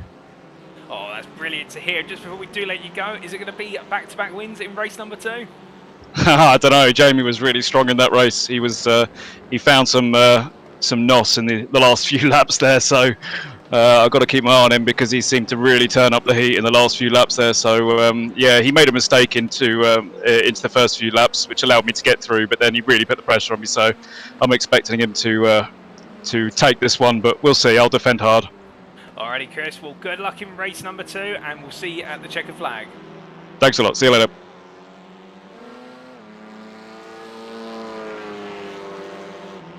So hearing there from Chris Daines, the Verano Motorsport EU driver, a very strong performance in race number 1. And in his own words there, seeing that Jamie Dory was able to find NOS or find a boost of speed right towards the end of race number 1. So Chris is going to be up against it, there's no doubt about it, in race number 2, but can he make it 2 wins out of 2? We'll soon find out as he gets ready to go once again. And as Daines makes his way on through there, well, plenty more drivers now taking on the circuit as well and looking to make amends for what was a difficult race 1 or looking to carry on from what was a great race 1 or somewhere in between. But let's take you through that grid then for race number 2. So our drivers line up as follows. It is Chris Daines who lines up on the front row for Verano Motorsport EU, joined by Jamie Dory from Next Gen Racing Orange. The two of them sharing the front row again, but swapped around this time, as it is then Gavin Garner from Verano Motorsport UK, joined by Daniel Holmer on the second row, your Pro-Am pole sitter, carrying on for where he left off in race 1. Adam Delmont and Lee Horn share row number 3, the Pro ahead of the Pro-Am, with what is there, the Pro of Bram G. Clay, starting off row number 4. The Simtech Racing driver joined by JW Motorsports Trev Anderson in a brilliant race number 1. He starts P8. Matt Emmons and Michael Lees, the two Pro-Ams there, go toe-to-toe from row number 5, with John Higgins Sr. and Liam Silkstone lined up together on row number 6. Then on row number 7, it's Alan McCain from iRacing Esports, joined by Jonathan Collins from Next Gen Racing Blue, with row 8 contested by CSA teams drivers of Davide Faro from Team 3 and Team 2's Sean Scudder. But that is our grid that we can go through, ladies and gentlemen. We're now awaiting the lights. Green flag, green flag. And it's lights out and away we go for race number 2 here as Chris Daines gets a good start. But look at Dory trying to go around the outside early, and Dory's definitely now the start into 1. And can he get Daines on the outside here into red gate corner? My gut feeling says Daines isn't going to let this one go. And as they make the way through the right-hander, Daines is a nose ahead. As they come down the hill here, you can already see all the drivers in the long charge in the wonderful blimp camera, and a little bit further back we see one driver off circuit. That's Sam Smith, I believe, went off track. We also got a couple of drivers being elbowed out further on down. Meanwhile, you can see there in the battle between Matt Emmons and John Higgins Sr. as they make contact coming to the old hairpin, and off circuit in the rear of the picture, that is Jonathan Collins, as we also see Gavin Garner going very slowly here on the inside, running under Starkeys and up to, oh goodness me, and there's multiple drivers off. They're going straight on, and John Higgins Sr. being pushed off as we do see Stefan Vessel with a bit of a drift there coming through turn number 7 as they return 3 wide. You can see they're trying to squeeze its way through the carnage is Philip Bruberg, and the Bright Esports driver gets it done and moves up multiple positions there, avoiding the carnage as they make the way on out. But as they come charging on down, we do have a safety car deployed, ladies and gentlemen, and well, that means our drivers can go racing up to the safety car at the start finish line. So right now, Chris Danes and Jamie Dory battling their way down into turn number 11, and Danes there on the outside being given a little bit of an elbow from Dory, and Dory getting the lead into Goddard's. Now, are these guys aware that the safety car will meet them around the next corner? I don't think so at the moment, and so Danes is trying to push for it, as meanwhile Daniel Holmer on the inside of Adam Delmont coming out the final corner. But as they now make their way to the timing line here, it's literally neck and neck between Holmer and Delmont. Which one of them will get the right to stay ahead? We're into the braking zone they go, and I think Delmont is going to take the P3 back on the inside of turn 1 before they go onto the brakes. So it will be Delmont who is there in P3. I think Holmer would argue that he was ahead, but the two of them definitely fighting one another very hard. As meanwhile, further back here, we've had a little bit of a knock between a couple of drivers, and Philip Bruberg in particular still ahead of Stefan Vessels and Jonathan Collins. But we take a look back at what happened only a moment ago, where we had an absolute charge of drivers making their way off at what was McLean's. This was in the run-up towards McLean's, and we're looking at Nick Clibbins in particular from iRacing Esports. He was onto the grass and took with him his teammate who went straight on. That was very unfortunate for Clibbins, and well, he was able to take Jason Morris with him as we return to the live pictures. But let's try and understand what else happened in that instant between the drivers, and we take a little bit of a look back to John Higgins, or John Higgins Sr. in that moment. And well, as he made his way up into the zone, onto the grass, and that's what led to him losing it as he connected with Trev Anderson, who was minding his own business for JW Motorsports. And then we had more cars, and that was when we saw Clibbins come into contact with Morris. So we take another look back there, because there was an incident involving Matt Emmons as well. And Emmons here, what happened to Emmons? A bit of grass, and that led to Emmons losing it, much like Higgins Sr. Emmons there just taking himself to the wall, and then we saw the aftermath where it was Morris and what was there Nick Clibbins coming together. Very unfortunate, but those are the main moments there. We also did have quite an off track for Jonathan Collins, but this was earlier on in the run down to the old hairpin, and as they made the way on down, Collins then losing the rear, and that's on cold brakes and cold tyres. The car just snapping around. Of course, the Elantra is so sensitive to its tyres and brakes. If they're not in the operating window, then it becomes a beast of a car to handle. But as we return to live pictures now, we are still behind safety car at the moment, but I have had confirmation that at the end of this lap, the safety car will be coming in. So as they make the way on around here, charging on through, they will go through lap number 3 on the safety car, and then safety car will be in at the end of this lap. So what that will mean is, once they get towards the end of this lap, Jamie Dewey will start to back the field up, the safety car will make its way on around, and then we will go racing once again. So we're seeing firsthand here how you can expect a safety car to work in the season's races as of next week onwards, and therefore we're going to have plenty more laps of racing to come, whereas normally if we were running it under the time conditions that we saw in season 1, we would be losing quite a sizable portion of the race in here. But as we see Jamie Dory getting himself set, doing a little bit of weaving from side to side. Who are our biggest gainers? Well, Sam Smith, our biggest gainer of them all at the start of this race. The iRacing Esports driver picking up 12 places from the start. Of course, he started from the back. We weren't able to cover all of the grid before we went racing, but he started at the back, having not participated in race number 1. And we should also point out something else we didn't get a chance to cover, is that with regards to our drivers' cars, because of the way in which they finished, all the Hondas right now are running 75 kilograms of success ballast. Meanwhile, as we're to understand it, it is the Hyundai and Elantras who are running 50 kilograms, and then it is the the Audi RS3 running 25 kilograms and the Hyundai Veloster that is running 0 kilograms. We're doing a little bit of a micro success ballast here for the races today, but meanwhile we look to the front of the field and Jamie Dory now starting to bunch the field up as the safety car breaks away. And when will Jamie Dory decide to go? As we bring the dashboard up here in the bottom right of your screen, watch out for when he puts the throttle down and he goes racing, doing a lot of weaving here to try and keep Chris Daines uncertain, but as he makes his way into the final corner, he's going to go as deep as possible here. This may be to set himself up for success, and as he goes racing out the final corner, he builds up the speed, and we're green once again here as we go on to lap number 4. 11 laps still to be turned here at Donington in race number 2, and Jamie Dory gets a great start there versus Chris Daines, albeit I think Daines might have questioned where was Dory going coming out the final corner, but Dory found a way in order to stay ahead there as Daines is hot on his heels as they make the way down the hill and into turn number 4. But as they make the way into the braking zone, Daniel Holmer behind. In fact, Holmer in the end being allowed to go back into P3 ahead of Adam Delmont. It was reviewed and they were asked to swap the places. Well, that's what the race director is able to do, and as our drivers make the way on through here, we can see that Daines right now really trying to put the pressure on, but key rise on Daniel Holmer. He's really trying to turn it up to a degree versus the two in front, and I wouldn't be surprised if the prime driver is looking at this with eager eyes and looking to go for gold as they make the way down through Coppice and onwards towards the S's. But as they come down, you can again just see how Daines so close, so relentless in his pursuit of Dory. But further back, meanwhile, we have Mikey Doble here, who after a difficult race number 1 is starting to pick his way through the field, and he's already gained 8 places before the safety car, and he's looking to try and gain the place here on Sebastian Bruberg. As Brewer defends the inside here, in towards the braking zone they go, and Doble cuts back to the inside here as Brewer goes deep. He goes in a bit too hot, and this is going to open the door up considerably. Now, will Doble be able to get the power down here? Again, the Veloster very strong in the acceleration zones, and Doble has to back out as we've got a car, I think, with a bit of a lock-up further in the rear of your picture. We'll try and understand what happened there very shortly. I think that may have been Sam Smith who's gone on around. And meanwhile, as we look to Sam... Oh, goodness me, Sam Smith going straight across what is Goddard's corner there. But we have to cut away from that because Daines is going around the outside of Dory. And he gets it done into turn 1.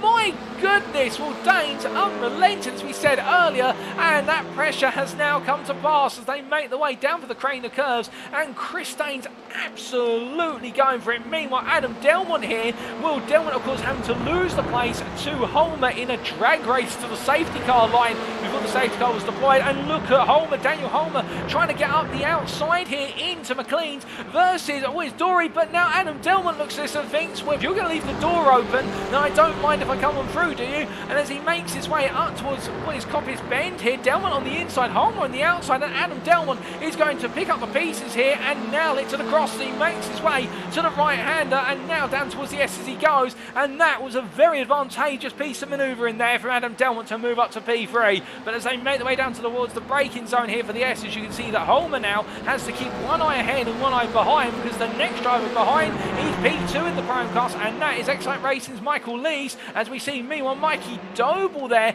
in a little bit of a tank slapper coming out of the S as the rear of the car sliding loose, and now we can see here that Bram Clay's under pressure from Sebastian Bruberg as Bruberg up the inside, and the Simtech Racing Audi driver here losing a place to the Hyundai Veloster driver as they make the way into the braking zone, and Bright Esports is Sebastian Bruberg here, whilst he was under a lot of pressure from Doble only moments ago. It's almost as if he's converted that pressure around into being able to push a little bit harder. But meanwhile, further back, we've got a free wide here in the run up towards what is Goddard's corner, and well, it's been settled very quickly. That's Nick Clibbins getting ahead of Matt Emmons, and Matt Emmons in return having to defend versus Jason Morris. And keep in mind, of course, that the two Excite Racing drivers there making their way on down towards turn number 1 of what is Morris, and also, in fact, iRacing Esports, we should say there, as they make their way down. My apologies for the incorrect team name, but as they made their way down in towards Goddard's and then back into Redgate, only moments ago the two of them took one off circuit,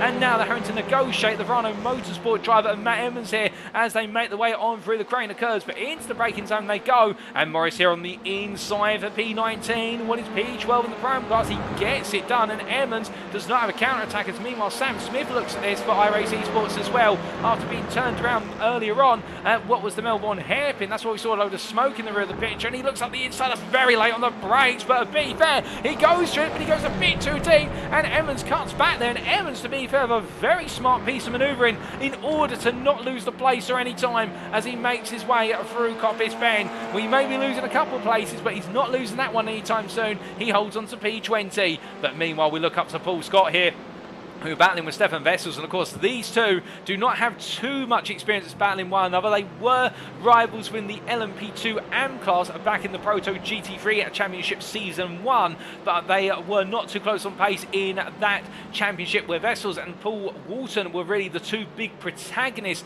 in that class, and it was Paul Scott battling to be best the rest in P3. But right now these two are definitely going to get a bigger feel of battling for one another, as meanwhile as they make their way down towards turn number 1, you can see that Vessels pulling away a little bit here as they make their way into the braking zone for 1, and the CSA Team 2 driver here staying very close behind what is a Nigel Stock in front, and Nigel Stock in the Crest Autosport with Apex Tracks Hyundai Veloster under pressure as they head on down the hill and in towards the old hairpin once again. We're at the halfway point of the race. We're 7 laps in out of 14, and Nigel Stock right now, I think, halfway in the field effectively, with there being 28 drivers in this race. He's P13, so he's just slightly ahead the exact halfway point, but as he makes his way through turn 6 and up towards McLean's at turn 7, it's going to feel like a long way to go if he's going to have that much pressure from Stefan Vessels. But look at Davide Favo ahead as well. Favo having that difficult race number 1. He turned it around at the end of the Audi RS3, and the CSA Team 3 driver once again having a good showing here from the outset, although now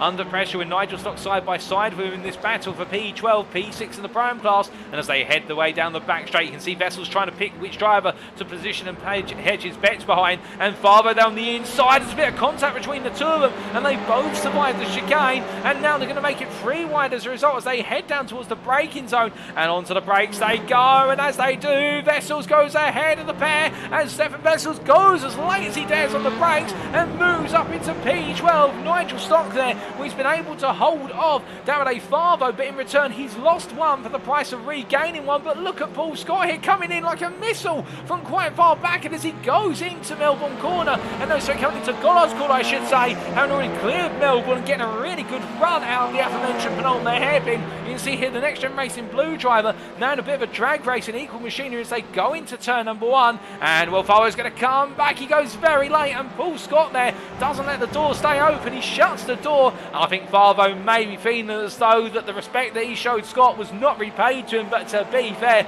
coming from very far back and Paul Scott turning in is a tricky one at Redgate Corner to go for a late move, for the simple reason that it is a very late apex and you have to turn into it at some point. But meanwhile, speaking of turning in, Michael Lees cannot turn in for McLean's because he has got Lee Horn on his inside, and Lee Horn really pushing on here to try and get P2 in the Prime class, P5 overall, as they make their way for the right hander, and Lee Horn gets it for the time in with Daniel Holmer 3 seconds up the road now. But the problem here is you can see Gavin Gardner finds himself in amongst the midst of a very hungry pack of pro-ams as they make their way into the S's.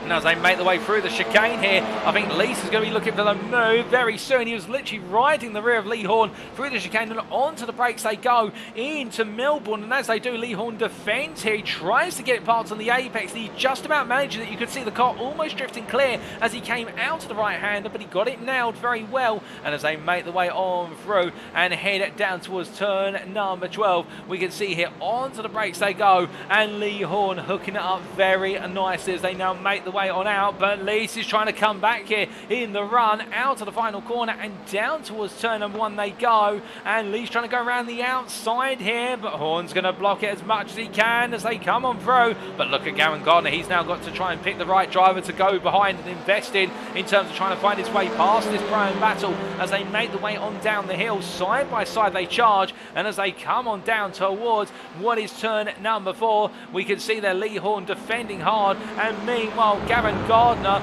well, he's trying to take the move on the inside there versus Lees. He can't quite find it, but now Sebastian Bruberg is coming up the inside through Starkeys and into, whoa, goodness me, and Bruberg there turned by Gavin Gardner. He comes back and he just stops the car, and quick reactions there from Mikey Doble and also from what was Bram G. Clays. Both drivers there giving the space for Broberg, but Broberg there in literally a near miss moment. And well, that could have gone so far, far worse for all three drivers involved there. And let's take a look back at that, because that was absolutely hair-raising stuff. Well, we'll do so as Mikey Doble gets ahead. We thought there might have been a potential battle into the essence between the two, but Mikey Doble in the end picking up the place, and now Sebastian Broberg having, I think, to just calm his heart rate down a little bit. We ride on board here with Sebastian Broberg, and you can see it tries to muscle his way on the inside of the Starkeys versus Gavin Gardner. Now this is the crunch point as they come into 6. Watch the right side of the car, and it just goes. He just gets slightly tapped from Gavin Gardner. I don't think there was any malice from Gavin Gardner meant, but goodness me, and then catching it and then finds himself being passed. We take a look back at that from an exterior camera here, and well, now you'll get the perspective of what happens when it all kicks off in the run up towards McLean's. As you can see here, it is the tiniest margins where Broberg and Gardner have both come together into the turn 6 apex, and then Mikey Doble literally reacting there at the last moment and making sure the reaction was spot on. And Clays meanwhile just literally coming on through and saying, well, I'll just go to the inside if you're going to give me the space there. And he of course trying to avoid losing any speed whilst also avoiding the instant. But meanwhile, we look up to Adam Delmont here running 1 point in P3, but now up to P2, and he's found his way past Jamie Dory. Now how has that happened? Well, it looks like Adam Delmont here running very fast compared to Jamie Dory, as Dory losing a little bit of speed as they make the way out of what is turn number 8, down through Coppice and up towards the S as they go. And we take a look back at exactly what's happened. Now I get the feeling that there may have been an error from Dory. Well, no, in fact, just it looks as though there's perhaps an issue with the car for Jamie Dory, because he lost a lot of speed there, and I think just yielding to Adam Delmont and taking plenty of grass at McLean's corner. Is something going wrong with the Honda, or has he decided just to back it off and let Adam Delmont have a run at trying to chase down Chris Daines? We'll have to wait and see. As meanwhile, looking further back, we look to this battle for P8 once again, and it's Bram Clays now who finds himself under pressure from both Mikey Doble and also Sebastian Broberg, as the three go up towards what is Gollard's called a 3 wide here. And as they make their way into the braking zone, well, surely the Simtech racing driver Clays is going to have this one absolutely parked on the apex, and he does. He makes sure that nobody can go through unless it's at his speed. And as they make the way across the timeline, the Audi, of course, a monster on the straight as they make their way into turn number 1, and Broberg now having to defend versus Doble, and of course the prime driver here battling with two very experienced pros, particularly Mikey Doble here, who really right now is having to dig out all the real world motor racing experience as well as the sim racing experience in order to find his way past the Bright Esports driver. And it's like, oh goodness me, there's contact between the two of them as they came on down, and Broberg there slightly turned but then knocked back on the straight and narrow by Mikey Doble. And well, I think there was a little bit of netcode plus also the contact coming out of the crane of curves, and Broberg being turned there, and his race has gone from good to bad, but hopefully it does not go to worse anytime soon as he tries to get himself back up to speed. But meanwhile, Nigel Stock here running after what is Liam Stilkstone is 4 seconds up the road, but more importantly for him, he has got Paul Scott behind him, and these two are battling for class position as they come charging on through Coppice Bend. Now as they come through the right hander here, Paul Scott has gradually made his way up the order, having started down in what was P23. He has gained 10 places and showing no signs of slowing down. That's overall. In class, meanwhile, he has gained 5 places since the start. He's up to P7 in class. He wants to make it P6. Meanwhile, one driver is still trying to hold off a class member is Bram Clays here, trying to hold off Mikey Doble, and then really getting his elbows out. I think I'm wondering if he's looked at his rearview mirror after what happened in the battle between Doble and Broberg only moments ago, and thinking, right, if the elbows are coming out, I better get mine deployed. And as he makes his way out to the final corner here with 2 more laps to go after the one they've just gone on to, so 3 more laps in the entirety, we can see here that Bram Clays right now really having to find a way of keeping one of the strongest drivers in the field according to the pre-season testing, and our basis of season 1 having to try and keep one of the strongest drivers in the field, if not the strongest in terms of 1 lap pace and race pace behind at the moment. But as they make the way on through, Paul Scott side by side here with Nigel Stock in the run down through the crane of curves. He's on the inside of 2, outside of 3. That's going to cause the car to understeer a little bit. He may have to lift, but Paul Scott shows no signs as a flash of lights there from Nigel Stock, and I wonder if there's a little bit of a pretext for that, or whether Nigel Stock is just trying to distract Paul Scott. We take a look back. whereas the run into turn 1, in fact, I think now, I'm not sure if there was a tiny tap or whether it was just Nigel Stott going a little bit deep, but that's what really set off the move. And then, of course, Paul Scott getting the run done through 3 and down into the old hairpin. And then we saw Nigel Stott with the flash of lights there. But as we return to the live pictures, we look to Mark Sykes, who I haven't really talked too much about since the start of the racing today. And we can see him battling side by side with Collins, with Matt Evans behind. And these 3 all Pro-Am drivers battling for P11 in the Pro-Am class at the moment. Collins on the inside, but Sykes is going to turn in. He has to lift off a little bit and open the steering to give Collins nose room. And as they make their way out to Coppice Bend, what this will do is it will cause Emmons to get a really strong run versus Collins in the run down the back straight out towards the S's. Sykes will be safe here, but Matt Emmons meanwhile on the inside, he gets the place on Collins as they make their way through the chicane, and Collins parked up behind now. They're looking to try and come back here in the run down towards the Melbourne hairpin. Now will Collins go for the move on the inside? He thinks about it. Emmons goes as late as possible on the brakes as well, but Collins there making it work, making the dummy on the brakes in terms of making it look as though it's going to go so deep on the inside, where in the end Emmons out brakes himself and Collins gains the place. And now can he keep Emmons behind? Meanwhile, we look up to Adam Delmont here in P2 after being let through by Jamie Dury, the Next Gen Racing driver, only moments ago. In fact, when I say moments ago, about 4 laps ago. Now Adam Delmont from Excite Racing. Of course, these two previously teammates in Season 1, now rivals in Season 2, not on the same team. Right now, the reigning champion looking to try and pick his way past the Excite Racing driver.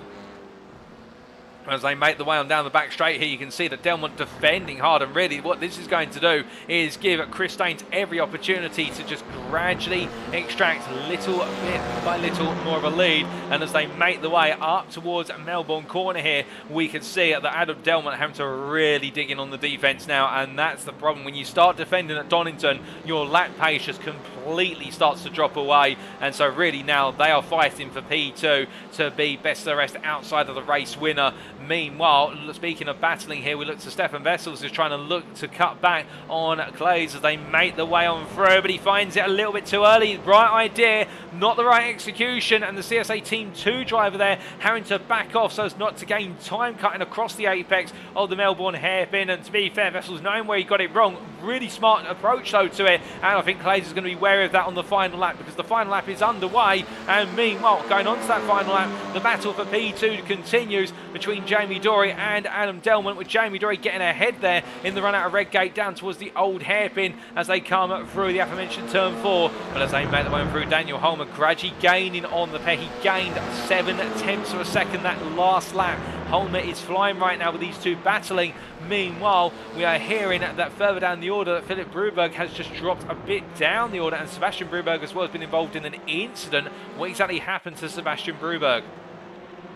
Well, we see him making his way out to the final corner, and well, I think the car's just stopped there. I think he might have thought the race was over, because he's parked it up and he's gone racing. I'm not entirely sure what's happened there, but whatever's happened, there's been a little bit of misinterpretation. But one thing that cannot be misinterpreted right now as we look from our P16 driver to our race leader is that Chris Staines, after having to battle hard with Jamie Dory on the opening third of the race, has really run off into the distance and let this one go. And as he makes his way up towards the final corner here, well, we asked him before the race, could he make it 2 out of 2? And he said he'd be looking for it, but it might be difficult with Jamie Dory hot on his heels. But as he comes out of the final corner, the checker flag will await him, and it's Chris Staines who makes it 2 out of 2 in the pre-season event at Donington Park, with Jamie Dory P2 ahead of Adam Delmont P3. Daniel Holmer, your winner again in what is the Pro-Am class, 2 out of 2 for him in class for Bright Esports.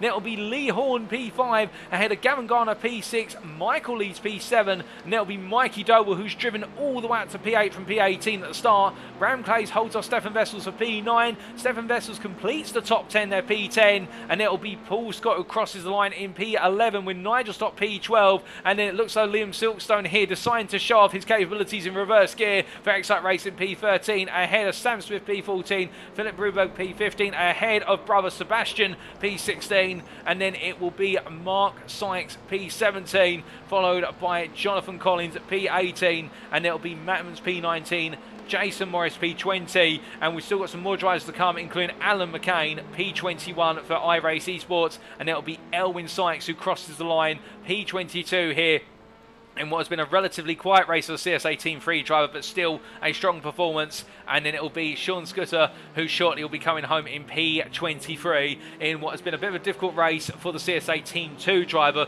but still all valuable experience as he makes his way up towards the final corner. And you can see they're just behind him as well, Trev Anderson, who was taken off circuit on the opening lap with that major incident going through at turns 6 and 7. It went wrong for Anderson. That was one of the incidents that triggered the safety car, and as they come on through, Trevor Anderson here, P24. But as they cross the line here, we've got 4 drivers who retired from the race, and that is Davide Favo, Nick Clibbins, John Higgins Senior, and Daniel Weston. But as they come all the way across the line here, let's take a look at those race results, subject to where it would be if we were racing for championship points, any stewards' inquiries. So as the results come up on the board here, Chris Danes, your winner in race 2, making it 2 wins out of 2 for Verona Motorsport EU, ahead of Jamie Dory from Next Gen Racing Orange, who just picked Adam Delmont to the post for P2. Adam Delmont completing the Pro and the overall podium in P3. Daniel Homer, your Pro-Am winner, back-to-back Pro-Am wins for Bright Esports P4, ahead of Lee Horn, with Gavin Garner P6, and then Michael Lease P7. Michael Lease and Lee Horn there completing the steps of the podium for the Pro-Am class, with Lee Horn P2 and Michael Lease P3 in the Pro-Am classification. Mikey Doble P8 continued to rise up through the order, and then Bram Clays P9 ahead of Stefan Vessels, who completed the top 10. A great performance from the Pro-Am driver P4 in class. Paul Scott best the rest overall in P11 ahead of Nigel Stott P12. William Silkstone having a better race in race number 2, P13 for Excite Racing. Sam Smith joined us at race number 2, bringing home P14 ahead of Philip Bruberg and also Sebastian Bruberg, P15, P16, the two brothers, and then Mark Sykes P17 ahead of Jonathan Collins P18, and then we do have Matt Evans P19 with Jason Morris completing the top 20 there for iRacing Esports. A difficult race for Jason Morris, seemingly finding it to be in the heart of a good number of major incidents, and then Alan McCain P21 for iRacing Esports as well. Not the strongest race for McCain either, but they'll both look to bounce back in race 3. Elwin Sykes P22, Sean Scudder P23, Trev Anderson, the last star finishers on the lead lap P24, and then Davide Favo finishing a lap down P25 with Nick Clibbins P26 finishing 3 laps down. I believe that was a retirement just before the end, but I would be clarified on that. And then it was John Higgins P27 there with a retirement 9 laps from the finish. John Higgins Senior, of course, having a difficult race, and Daniel Weston P28 for Team Zilla Racing. But those are the results, ladies and gentlemen, and we get ready for race number 3. But of course, before we get ready for race number 3, there's one thing we have to do, and you know what that is? Well, it is none other than the reverse grid draw. And as we cut over to the commentary booth here, it is now time for us to do our maiden draw of the season, albeit not for a points counting series of rounds, but just to take you through the rigmarole. In my hand here is a lottery dish filled with sticky notes for the numbers 6 through to 12. We have changed it for this season. There is a new rule set in place. You'll notice there's a lot less sticky notes in the bowl. There's only 1 of each number, 6 through to 12, rather than 3 of each number. So that means that there's more of a likelihood of we will pick a different number each time. And also, when a number is picked for a round, so let's say in round 1 we were to pick the number 6, that number will be excluded, we should say, for the next round. So the number 6 cannot be drawn from the bowl for round number 2, but it will go back into the bowl for round number 3, and the number that gets drawn in round number 2 will be excluded for round 3. So that way we always get a new number rather than the repeat numbers, which happened on occasion in season 1. But without further ado, I shall close my eyes, I shall shuffle, and then make the draw. Okay, and our draw is going to be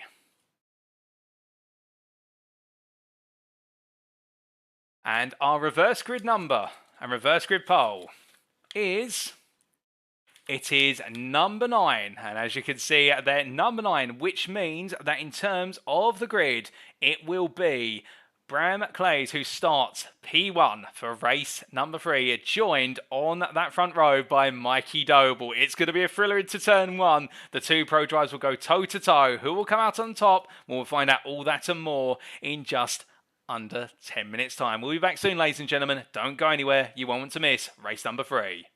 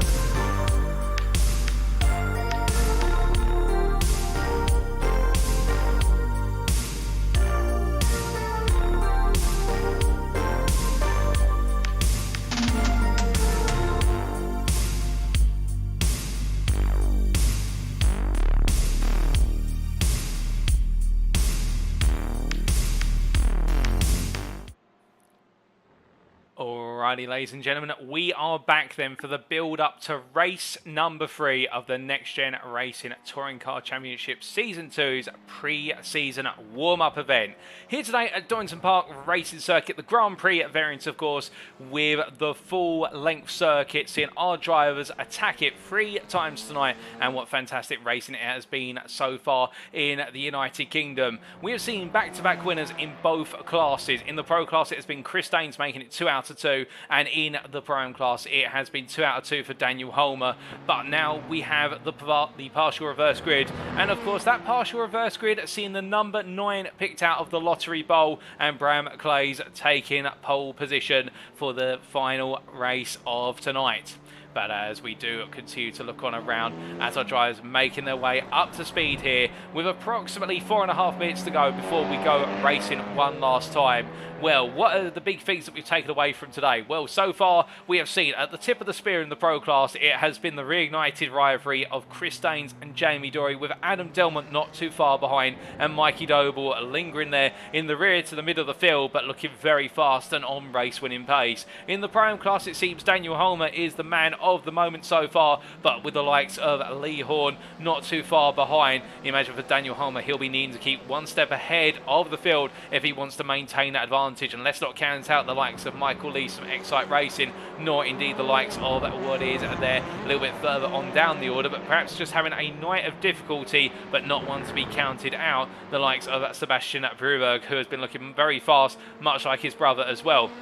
But as he makes his way around the circuit, we do look to another driver who has joined us as of this third race of the evening, and that is Reece Watt here from JW Motorsport. Of course, we saw Trev Anderson in race number 2 have a difficult race 2, involved in a major incident in the opening lap, but now they've got a fellow teammate in here of Reece Watt, who we'll see running the JW Motorsport flag, much like Anderson. And as he makes his way on down towards turn number 1 at Redgate Corner, we look forward to seeing how Watt can get on in this one race for tonight. But rolling his way on around the corners at the moment, we do continue to look on around the circuit, and we do look to Gavin Gardner here, who makes his way up towards what is there, I do believe, coming into the final corner, but decides to defer it to the pit lane, and in fact there finds a tyre barrier rather than being able to creep into the pit lane.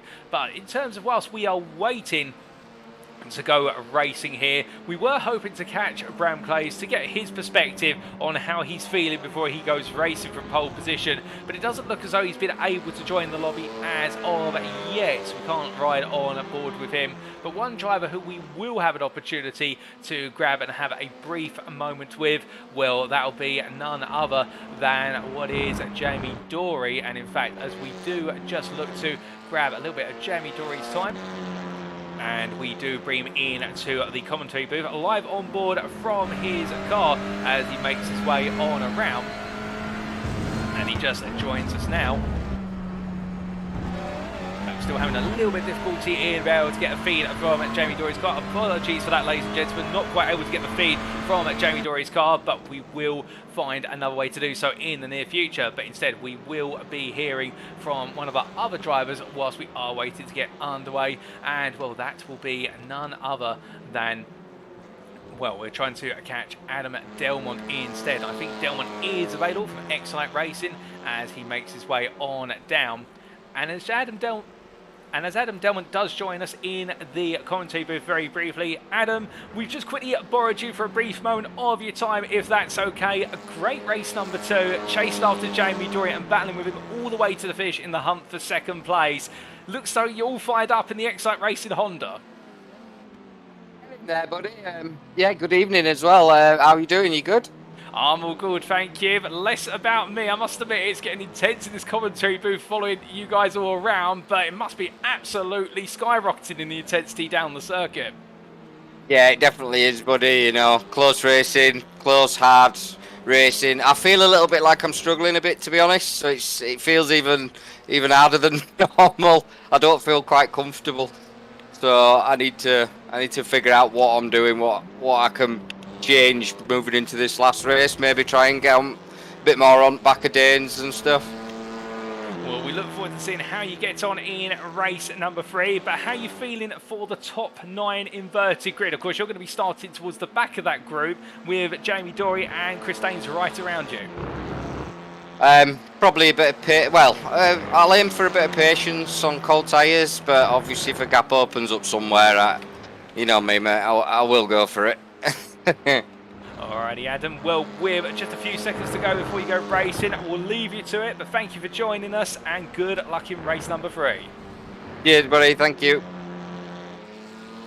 So that there was Adam Delmont, who we briefly had a word with there, and well, he was saying in his own words, feeling as though that it's a bit more difficult than usual tonight, and well, if it's more difficult than usual tonight for Adam Delmont, I hate to imagine what it's going to be if it's an easy night, because he is flying in that Honda. But we get ready to go racing, and let's take you through the grid for race number 3.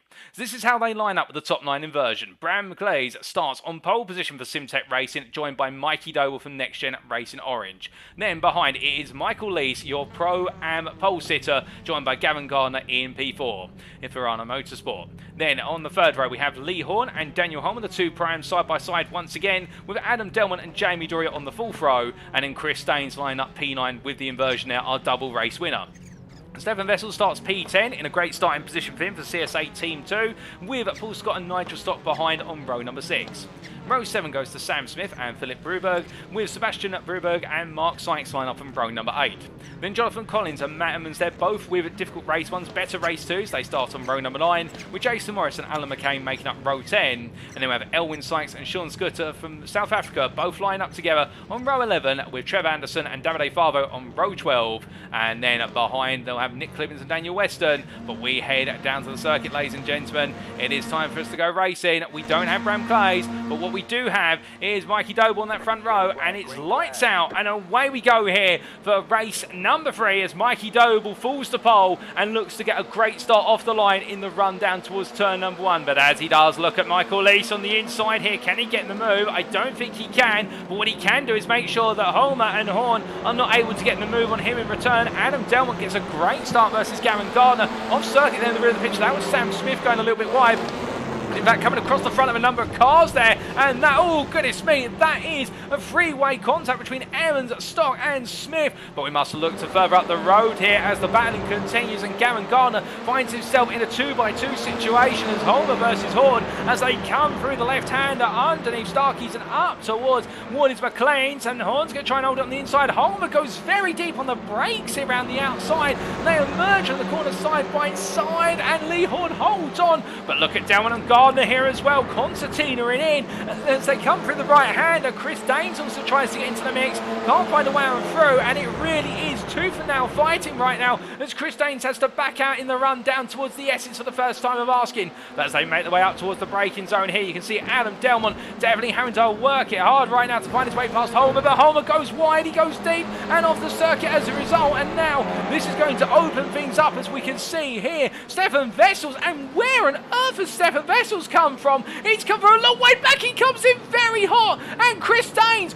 caught once and then turned across the front of his teammate of Gavin Gardner there. Chris Daines will not be happy with that. That has not worked out for him at all as he now looks to get himself back up to speed. But as they make the way down towards turn number 12 here, Chris Daines definitely having a difficult day into turn number 11 for the first time there, and I think Stefan Vessel's just coming out of nowhere, and I wouldn't be surprised if there may be a little bit of a frown on that one, as meanwhile they make the way into lap number 2. But as they do, Stefan Vessel's now battling side by side with Gavin Gardner as they come through Red Gate Corner, and as they make the way through the right hand of the CSA Team 2 driver, definitely really trying to get a move on here, and who can blame him? But at the same time, as they roll the way on down the hill, well, for Vessels, it's looking as though it's all about all the practice in races 1 and 2, now deploying it from P10. He's already up to P5 now, dropping down as he's run very wide out of the old hairpin, and he loses all the progress he's made and drops behind where he started, now dropping down to P11. And we can see that Mark Sykes trying to go around the outside to get into P11, and Mark Sykes gains the place, and now Sykes up to P11 instead. But as they make the way on through and up towards what is their cockpit bend, we look to Jason Morris, who also has gained massively since the start of this race. Morris has gained the most of it, the second most of everyone, but it is the day of the high risers from the back of the field. Morris has gained 11 places, and Nick Clibbins behind has gained 16 win so far, and the iRacing esports drivers here absolutely fine as Chris Danes finds himself side by side with Morris through the S's, and Danes survives it and gets ahead of Morris in the return as they make the way down towards Melbourne once again. But as they charge on down in towards the braking zone here, heading in to the right-hander, we can see here that Clibbins right now battling side by side with Morris, and I think the two of them trying to settle the differences between one another as they head into the braking zone for Goddard's, and as they make their way through the left-hander here, who's going to give way? Well, it doesn't look as though either driver wants to give way. Morris definitely wants to fight his teammate, and well, credit to him, and Nick Clibbins here I think might be looking at this and thinking we're meant to be fighting the other guys, not each other, but they're fighting one another all the same as they make the way into turn number 1 once more. Into Redgate they go, and as they do, Alan McCain on the inside here, and iRacing esports, well, I don't know what they've been told between race 1 and race 2 and then race 3, but they've upped the ante every single time, and McCain in a bit of contact, well, as he makes way down, that was contact with, well, I don't think it was contact with Sykes, I think it was contact with Collins, and as they make the way through the right hand, and now McCain hot on the toes of what is there, Collins, as they make the way under Starkey's Bridge and up towards McLean's once again. But really, this race 3 is really going all the way up. Oh, goodness me, and Collins there, I think there was contact, because Collins is straight off and into the tyre barrier, and McCain, well, he's gone a little bit deep as a result, and Morris there as well. It's all going wrong for iRacing esports after it was going so right on the previous lap, and it seems as though the tempo has flown a little bit too high. But meanwhile, Daniel Weston here for Team Zilla Racing, trying to go around the outside of Mark Sykes here, coming through Coppice Bend and all the way down towards the S's they go, and Jamie Dory here, the biggest loser of them all really at the start of the race from that top line inversion, and as they make the way through the chicane sequence, Daniel Weston right now 10 places gained. He started from practically the back of the field and looking to pick up the places as he makes his way into the braking zone here. Mark Sykes thinks about it, but he's too close to look for the move. As we say hello there to John Higgins in the YouTube chat and saying not able to attend but wishing everyone the best for next week. Well, we appreciate that, John. We'll miss seeing you out on grid, but we hope to see you in the near future because we love seeing you take to the circuit time and time again. But as we continue to focus our eyes here on those who are on the circuit right now, we can see that Adam Delmont here around the outside of what is Bruberg there and trying to hold on to that P5 overall as he makes his way down through the crane of curves once again. And well, in this scenario for Adam Delmont, the problem he's got is if he lets Bruberg get on through, then he's got Chris Danes who will be looking to take the place off him. There's no question about it, and Danes pushing it hard as they make their way up through Starkeys and up towards McLean's once again. But a little bit up the road from them, of course, we have Gavin Gardner here who we ride on board the gearbox with, and the number 6 Audi RS3 from Brunner Motorsport UK under pressure as we see going off there in the rear of the picture as Gardner almost follows suit there, albeit further up the road. I believe that was an off-track Adam Delmont, who's been passed by both Bruberg, Sebastian Bruberg that is, and also Chris Danes. So one little mistake for Adam Delmont has caused it all to unfold, but you can see here just how Gavin Gardner able to break away from Lee Horn, getting a really strong run, and as they make the way on down and around once again, past what is the stationary camera there, we can see Gavin Gardner flashing his lights, and well, I'm not sure if that's to say, well, I think that's to say thank you for Trevor Anderson, who is a lap down at this point. But meanwhile, speaking of going down, it looks as though Jason Morris has picked up a slowdown here, or is yielding, and Reese Watt comes on through with McCain and also Paul Scott as they make their way through Melbourne once more. And as they coming out here, Reese Watt, of course, who started from the very back of the field, given the fact he'd not raced in races 1 and 2. Well, right now the JW Motorsport driver makes it 3 wide into Goddard. On the inside he goes. Paul Scott there being elbowed out. So was Jason Morris. But look at this, they're almost 4 wide as they come down the start-finish straight. 3 wide it is with 2 behind. And as they make the way into turn 1, they've got to be sensible here because it's going to get messy otherwise. And as they make the way for Redgate Corner, Paul Scott defending on the inside, gets the move done, moves back up to P11, but it's not over yet as we see there a flash of the lights. I think Jamie Dory there getting squeezed off the circuit, and I think the programs here of Scott, Morris, McCain and Watt, they don't care what's coming up behind. They're focused on one and only thing, and that is P11. Oh, and Paul Scott with a rear snapping loose then. Also Reese Watt onto the grass. Was there contact? That's the question, as now Paul becomes 2, and it's Jason Morris who leads this group ahead of McCain in the run into McLean's corner. But Morris goes deep and McCain comes on through, and Jamie Dory and Mark Sykes are going to try and squeeze on through as well. Mark Sykes can't come through, but Dory does find a way on through, and Mark Sykes now battling for position here, battling for P13 overall, P7 in the Pro class as they come out of Coppice and down the back straight they go. But for how long can Morris keep Sykes at bay? Because Sykes right now, definitely, he has the number of the beast, and he is trying to unleash the beast in the cockpit of that Honda, but he still cannot find a way on through as we ride on board here with the Next Gen Racing Blue driver. And you can see Morris here defending hard on the inside into Melbourne. Hairpin they go onto the brakes.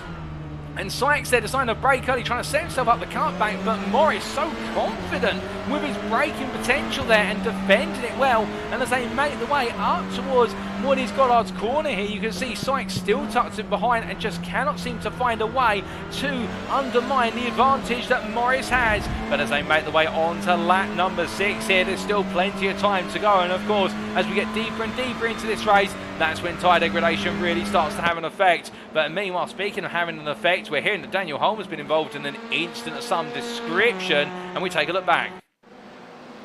Well, this was only moments ago, and that was Daniel Holmer chasing after was the number 13 car there, and we're losing around a break and into Redgate corner. He was at the time chasing after Nick Clibbins, but he's caught the car, didn't let it drift off circuit. But Daniel Holmer there definitely will be putting a bit of a flat spot on his tyres as we return to live pictures. But thankfully for him, he's going to be still safe for Jamie Dory, who is 2.5 seconds back as they make the way through the right-hander here of McLean's and up towards Coppice they go once again.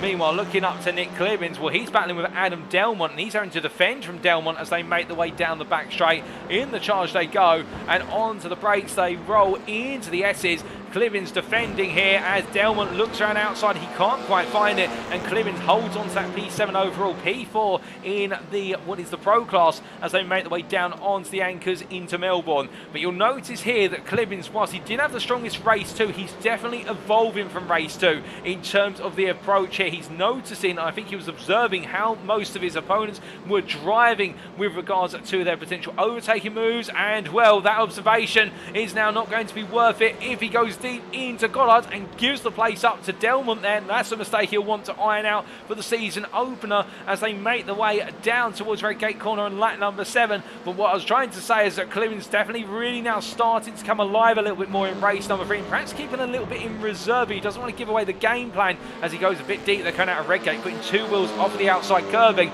and dropping onto the dust and dirt there, and that causes the car to be pulled further wide. But Clemens bringing it back onto the circuit in the end. Meanwhile, looking all the way up to the front of the field, here is Michael Lees. He is your leader overall and Pro-Am leader right now, and Lees keeping Mikey Doble at bay for the time being. But of course, for Michael Lees, the challenge he's got is, can he keep his rival at bay all the way to the finish? As we just update some more driver data there. Don't worry, your timing towers and whatnot are not broken. We're just making sure they show the latest data for our drivers. And as Lees makes his way through the S's here, we can see that Doble is getting closer and closer with every corner turned. It's only a couple of hundredths, if that, with each corner, but a couple of hundredths is more than naught. And as he makes his way through Melbourne, you can see Doble really now starting to bear down on Lees as they make the way up towards Goddard's once more. But meanwhile, further back, we look to Reece Watt, and we can see here that after that difficult moments ago where it went wrong at the old hairpin in that 4-way battle for P11 overall, now as they make the way down towards Melbourne, we can see that Watt looking to try and get the move on Paul Scott. And of course, these two rivals, and Scott goes a bit deep, but Watt in the end has to back out there, otherwise he'd be T-boning or essentially coming into the side panel of what is Paul Scott's car. And Paul Scott knowing where to place that Audi as they make the way into Goddard's corner here. And that's the thing for Paul Scott. He may not be the fastest driver on circuit on 1 lap pace, but he's definitely one of the intelligent drivers out there in terms of where to place the car in defence. And as they make the way down towards turn number 1, Paul Scott defends here into Redgate. Meanwhile, Watt's going to open up the entire corner and give himself every opportunity to get the run down through Craners. And you can see cutting back here, and this is what Reece Watts exactly wanted. And Paul Scott, once he's got the acceleration, the Audi, it's not enough. Meanwhile, we look up to Chris Daines here, who has found his way past Lee Horn in the hunt for P4. It's a change in overall position, not class position. Chris Daines Pro, Lee Horn Pro-Am, but Chris Daines now striking off the final Pro-Am between himself and race class leader as they make the way through the right hand there of what is Coppit and down towards the S's. Now, we've just had it confirmed from Stefan Vessels himself in the YouTube chat there, and hello to you, Stefan, that there was a game crash for Vessels, as meanwhile we pulls that fault and Lee Horn drifting into the S's but catching it in the end, but drifting across the dust and dirt of what's the second part of the S's there. But that was well called by the Pro-Am driver for Next Gen Racing Yellow. As meanwhile, Adam Delmont there finds a face for Sebastian Broberg on his inside, and Broberg being tapped on the rear by Nick Klibbins there. Well, I think Broberg, to be fair, all the enthusiasm is there, but he may get a little bit of word following the race from the stewards just to say to calm it down on the brakes. But to be fair, that's what these pre-season warm-ups are for. Race hard, but also see where the limits are, because you're not going to be able to test the limits as this fortuitously as they make the way through the actual races in the season, and I think that's what the Scandinavian is looking to do here today. But you may have noticed earlier that Stefan Vessels dropped down our timing sheets after running a very strong start to this race, and he's just confirmed for us in the YouTube chat that unfortunately his iRacing client has crashed, and we're very sorry to hear that, Stefan. You're looking very fast out there, and we can't wait to see you on race day in a week's time, because, well, that Hyundai Lancia, we're definitely looking forward to seeing you pushing for top 10s overall, and, well, even more so in class. But as we see it, Sebastian Broberg here also pushing to be on the Pro-Am podium right now. The Bright Esports driver P3 in the class. He has got a 1.8 second gap to Lee Horn, who is the next driver, P2 in the class. And as they make the way up towards Coppit's Bend, you can see Delmont continuing to try and poke for a move coming out of what was McLean's into Coppit. He can't quite find it. Delmont right now, one of those drivers who really tries to get under your skin when he wants to make a move. He can't necessarily go for the move, but what he'll do, he'll put the nose here, he'll put the nose there. He knows when to back out and when not to back out, and he doesn't back out there into the S's. And Lee Horn there looking to turn in, but as he looked to his left-hand side, just saw Adam Delmont cruising on through, and now look at this. They've lost all the pace, and now Broberg looks to move, but in return, Klibbins goes round the outside ahead of Sebastian Broberg, and Klibbins up into P7 overall. 18 places gained to the Briton.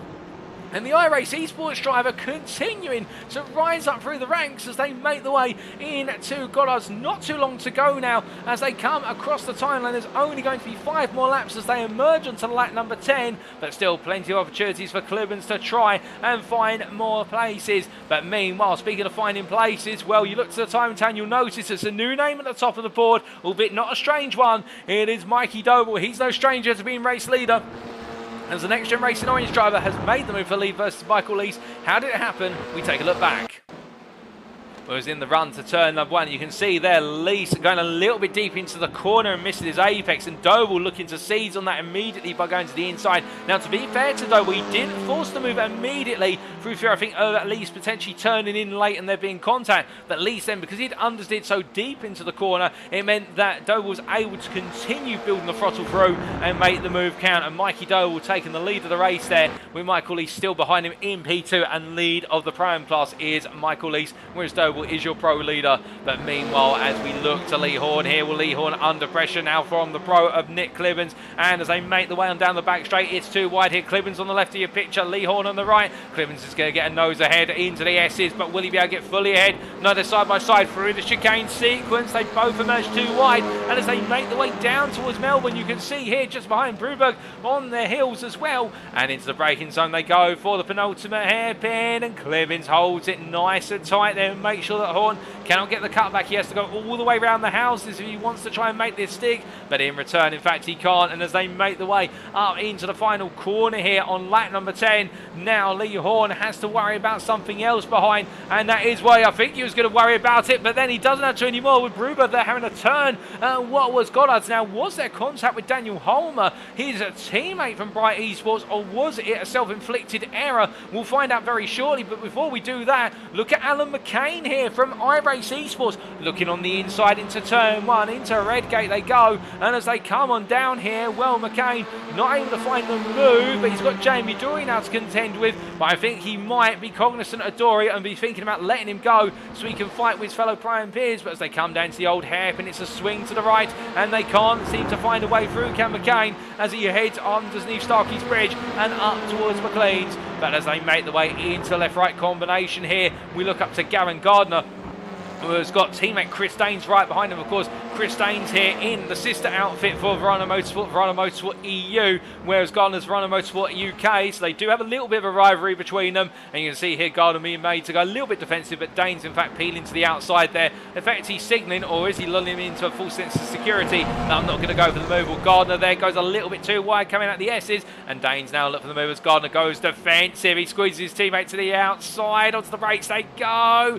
Gardner gets it part there. You can see Daines literally riding nose to tail there, trying to find the cutback, and to be fair, this is all good practice for the pair of them, and this is what they need to do in terms of using the time wisely. But meanwhile, Alan McCain looking to find his way on past Broberg has in fact fallen behind Jamie Dory, the move being made at the hairpin of Melbourne only moments ago. But our bigger point of interest at the moment is what happens to Sebastian Broberg at the end of lap number 10, where it went so very wrong, and here we find out.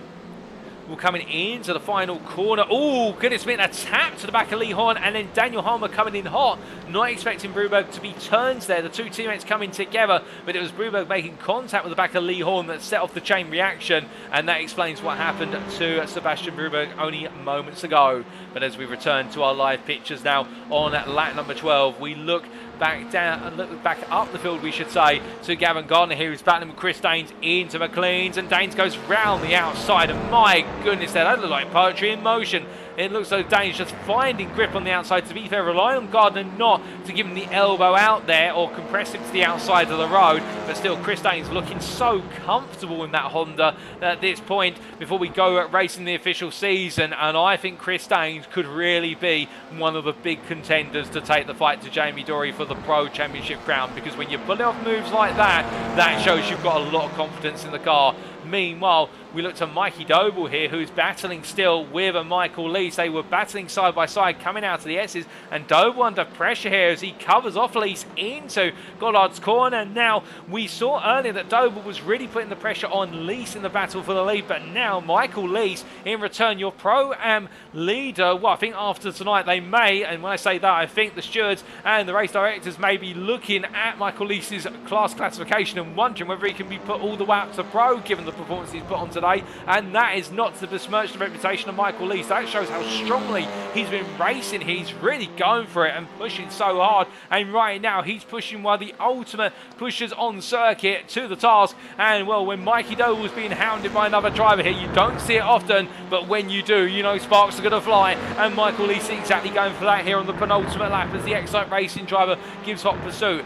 Meanwhile, a little bit further back, Nick Clemens continues to hound, harass and harangue the rear of Lee Horn as they make their way through the old hairpin. Can he find a way through? Not at the moment as we ride on board here with Nick Clemens. He's going to look to the inside and outside into McLean's. He goes through 6 right to the apex. You can see there having to give the space, and Lee Horn literally giving Clemens enough space to breathe, and not more than that, but he's giving him his legal amount as they make the way up the hill. It's side by side into a Coppice Bend, and Lee Horn on the right, so your picture there stays in it for now as they make the way through the right-hander and down the back straight. But the iRacing Esports driver here, he's tried going around the outside. It hasn't worked, so he knows Lee Horn has got it covered off down the outside, and McLean's into Coppice, so now he's got to get inventive. Where does he look for it this time? Well, Lee Horn has a really bad run for the S's, and that's exactly where he's going to get him as they make the way down towards Melbourne. Now it's Clemens ahead. Lee Horn cuts back to the inside immediately. Lee Horn's going to go hot into the brakes. He's going to throw everything at this, but Clemens here goes nice and deep to the middle of the road, gets it hooked up and rotated. Now it's a drag race out of the corner as the race leader goes into the final lap. White flag waving as I look out my commentary booth window, but looking back to my TV screen, Clemens right now ahead of Wayne's Lee Horn as they make the way through Goddard's. But look at the concertina. It's calls with Daniel Holmer, Jamie Dory, Sebastian Broberg and Alan McCain all there, all hunting after P6 right at the end. We've got a 6-way fight for P6. We've still got a battle for the the win on going further up the road, and we've got Nick Clibbins having to defend hard, not just against one determined driver, Lee Horn, but also a pack of wolves behind who all want that P6 overall off of him, all for different reasons. But as they make their way down through the crane of curves, Clibbins side by side with Lee Horn into the old hairpin. And as they come through the right-hander, he takes a lot of apex curve that unsettles the car, and Lee Horn now looks to try and go round the outside to get the inside into McLean's. But the problem with this is Lee Horn's now got to fully commit on the throttle and the brakes, and as he does, we can see the scramble behind, and Lee Horn gets ahead. Daniel Holman now looks at this and thinks, okay, I could potentially get back in here, but look how close the 6 drivers are as they make their way through the right-hander copies here. Any one of them could potentially bring home P6. It's not top 5, but they're not going to see it that way. They'll see this like a win. And as they make their way down the back straight, we can see Bruberg here right in the thick of it with McCain and Dory as they come on down. But we must cut away from them temporarily, for as we see here, it's Mikey Doble who comes into the final corner with Michael Lease right behind. But I don't think Lease has got enough in the tank here, for as they come to the line, it'll be Mikey Doble who picks up the win overall in race number 3, and in the pro class ahead of Michael Lease, who is your pro and winner in P2. Chris Daines P3 as he comes to the line, just pipping Adam Delmont and Gavin Gardner to the line for the final step on the overall podium. Adam Delmont 3rd place in the pro class, P4 overall, Gavin Gardner P5, and then Lee Horn just about manages to hold off Nick Clibbins to the line for P6, Clibbins P7, Daniel Holmer P8 ahead of Jamie Dory P9, and Sebastian Bruvo P10 ahead of Alan McCain in P11. We will then have Mark Sykes P12 in his strongest performance of the evening ahead of Jason Morris in P13 as you see him crossing the line there for iRacing Esports. Reece Watt there, P14 for JW Motorsport. Keep your eyes on him, he's got a lot of potential this season based on what we've seen in this one race. Daniel Weston comes home P15 there, and then it'll be Davide Falvo P16 ahead of Philip Bruvo P17, and then we have Nigel Stock P18 ahead of what will be Elwyn Sykes, who'll make his way out of the final corner in about 10 to 15 seconds or so. He's a little bit further back. We have already had crossed the line a lap down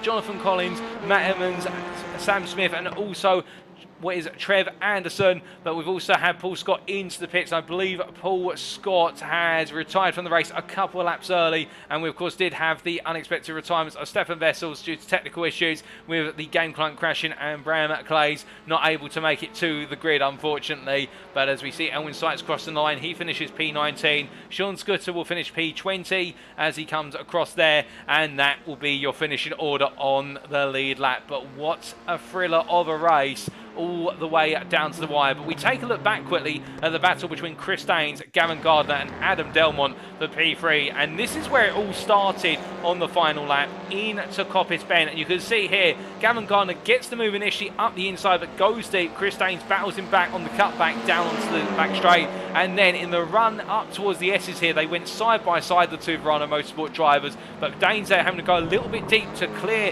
his teammate. But in doing so, look at Adam Delmont in the rear of this group. You can see there he's looming larger and larger with the pair in front, and as they make the way into Melbourne, this is where Adam Delmont really came up close for as they rolled their way for the right-hander. Daines on the outside there, got the throttle buried nicely, so that meant he could defend the inside run up towards Collards, and then Delmont there capitalising on Gardner not being able to get the full throttle. Through the left-hander they went, and Adam Delmont on the final corner on the final lap, picking up what was the final spot on the pro podium, P4 overall to the very line. But a fantastic race between the drivers, and now let's take you through those race results for race number 3.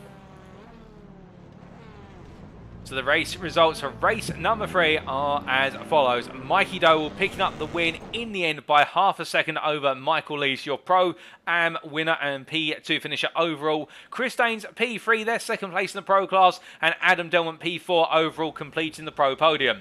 Gavin Gardner just missing out on the pro podium there versus Delmont. But fantastic battling from Gavin Gardner versus Chris Daines and Adam Delmont all the way to the very end. With Lee Horn P6, that's P2 in the Pro-Am class, with Nick Clibbins P7 and Daniel Holmer rounding off the Pro-Am podium. Jamie Dory P9, not quite able to make the charge up the field, and of course that early instant cost him major time, with Sebastian Brubo completing the top 10, and then Alan McCain best of the rest overall in P11 ahead of Mark Sykes P12, Jason Morris P13, Reece Watt P14, Daniel Weston P15, the Team Zilla Racing driver there, having a stronger race number 3 compared to his race 2, and then Davide Favo P16 ahead of Philip Bruberg and Nigel Stott P18. And as we continue to look down the order there, Elwin Sykes P19, Sean Scudder P20, the last driver to finish on the lead lap in race 3, Jonathan Collins P21 finishing a lap down, along with Matt Emmons P22, Sam Smith 2 laps down P23, and then Trevor Anderson 2 laps down P24, Paul Scott 3 laps down P25, and then Stefan Vessels for that early retirement 10 laps from the end, and Bram Clays completing our finishers in P27, albeit not taken to the grid and therefore be classified as a did not start or a DNS. But those are your final set of results, ladies and gentlemen. Fantastic racing from start to finish here today. And, well, we're not quite done just yet, of course, because what are the facts? It's over now in terms of the pre-season round. It's time for us to get ready for post-round interviews with any drivers who are willing to volunteer. We'll be back, ladies and gentlemen, in about 5 to 10 minutes for our post-round interviews. Don't go anywhere. You won't want to miss them.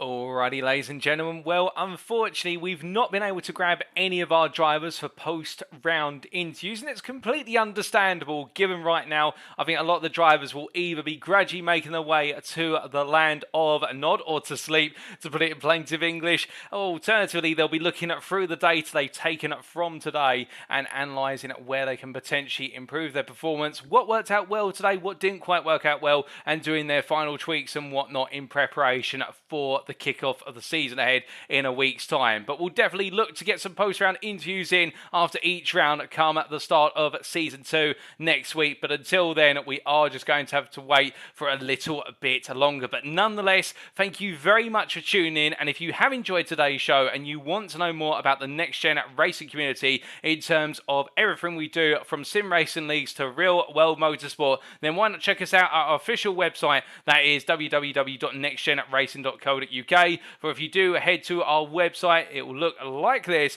and it is the home of clean and fair sim racing for all. And indeed, we continue to grow year in, year out, having gone from where we were back at the start of this year to running multiple leagues on a regular basis all the way through 2022. And well, we continue to go into 2023 and plenty more in store, including this NXTCC Season 2, which will be running into 2023 with the mid-season break. But if you're not interested in going to our website, alternatively, well, you could always go to our Facebook group, and our Next Gen Racing Facebook group can be found at facebook.com/groups/Next Gen Racing. Now, you may be thinking, okay, so this was the pre-season warm-up event. What about the calendar for Season 2? Has it been confirmed? Can we see it? Well, of course, you definitely can. And here is the calendar for Season 2. And whereas Season 1's calendar was focused around a celebration of British Touring Car Championship and following the calendar of the British Touring Car Championship, or the BTCC, for 2022, albeit with a couple of deviations where certain circuits such as Thruxton and Croft were not available in iRacing, this season we've gone from 8 rounds we've gone from 10 rounds, I should say, getting ahead of myself, to 8 rounds. So we've brought the round count down by 2, but what we've also done is we've expanded the circuits to go global. This is a celebration of international motorsport and circuits across the globe that are used for international TCR series. And you can see that next week on the 29th of November, we will be kicking off at the Donington Park Grand Prix circuit. So that's why we chose Donington Park Grand Prix today, as it really has been a dress rehearsal for what comes in round number 1 in a week's time with the opening 3 races of the season. We'll then be making our way over to Spain for the Circuit de Barcelona Catalunya and running the national layout there. So it'll be the shortened touring car racing centric layout, and a fantastic layout there indeed. Whilst Barcelona Catalunya is typically typified for being a circuit where it's very difficult to overtake, I can promise you in touring car racing class machines, it is a very different beast in its entirety. We're going to see plenty of battling there on the 6th of December. And then for round number 3 on the 13th of December, we're making our way to Belgium for everybody's second favourite Belgian circuit after Circuit de Spa-Francorchamps, and that is Circuit Zolder. And we're running the alternate layout there, which will have the fast final chicane rather than the slow final chicane. And Circuit Zolder is a circuit where it's all about running as hard as possible over the high curbs and carrying speed, and that's exactly what touring car racing machines are good at doing. And then to conclude the first half of the season, on the 20th of December, we'll be going to the Red Bull Ring. Well, there in Austria, it is a circuit, of course, known for its ferocious straights and heavy braking zones, and that's what our drivers will need to manage if they look to end the first half of their season campaigns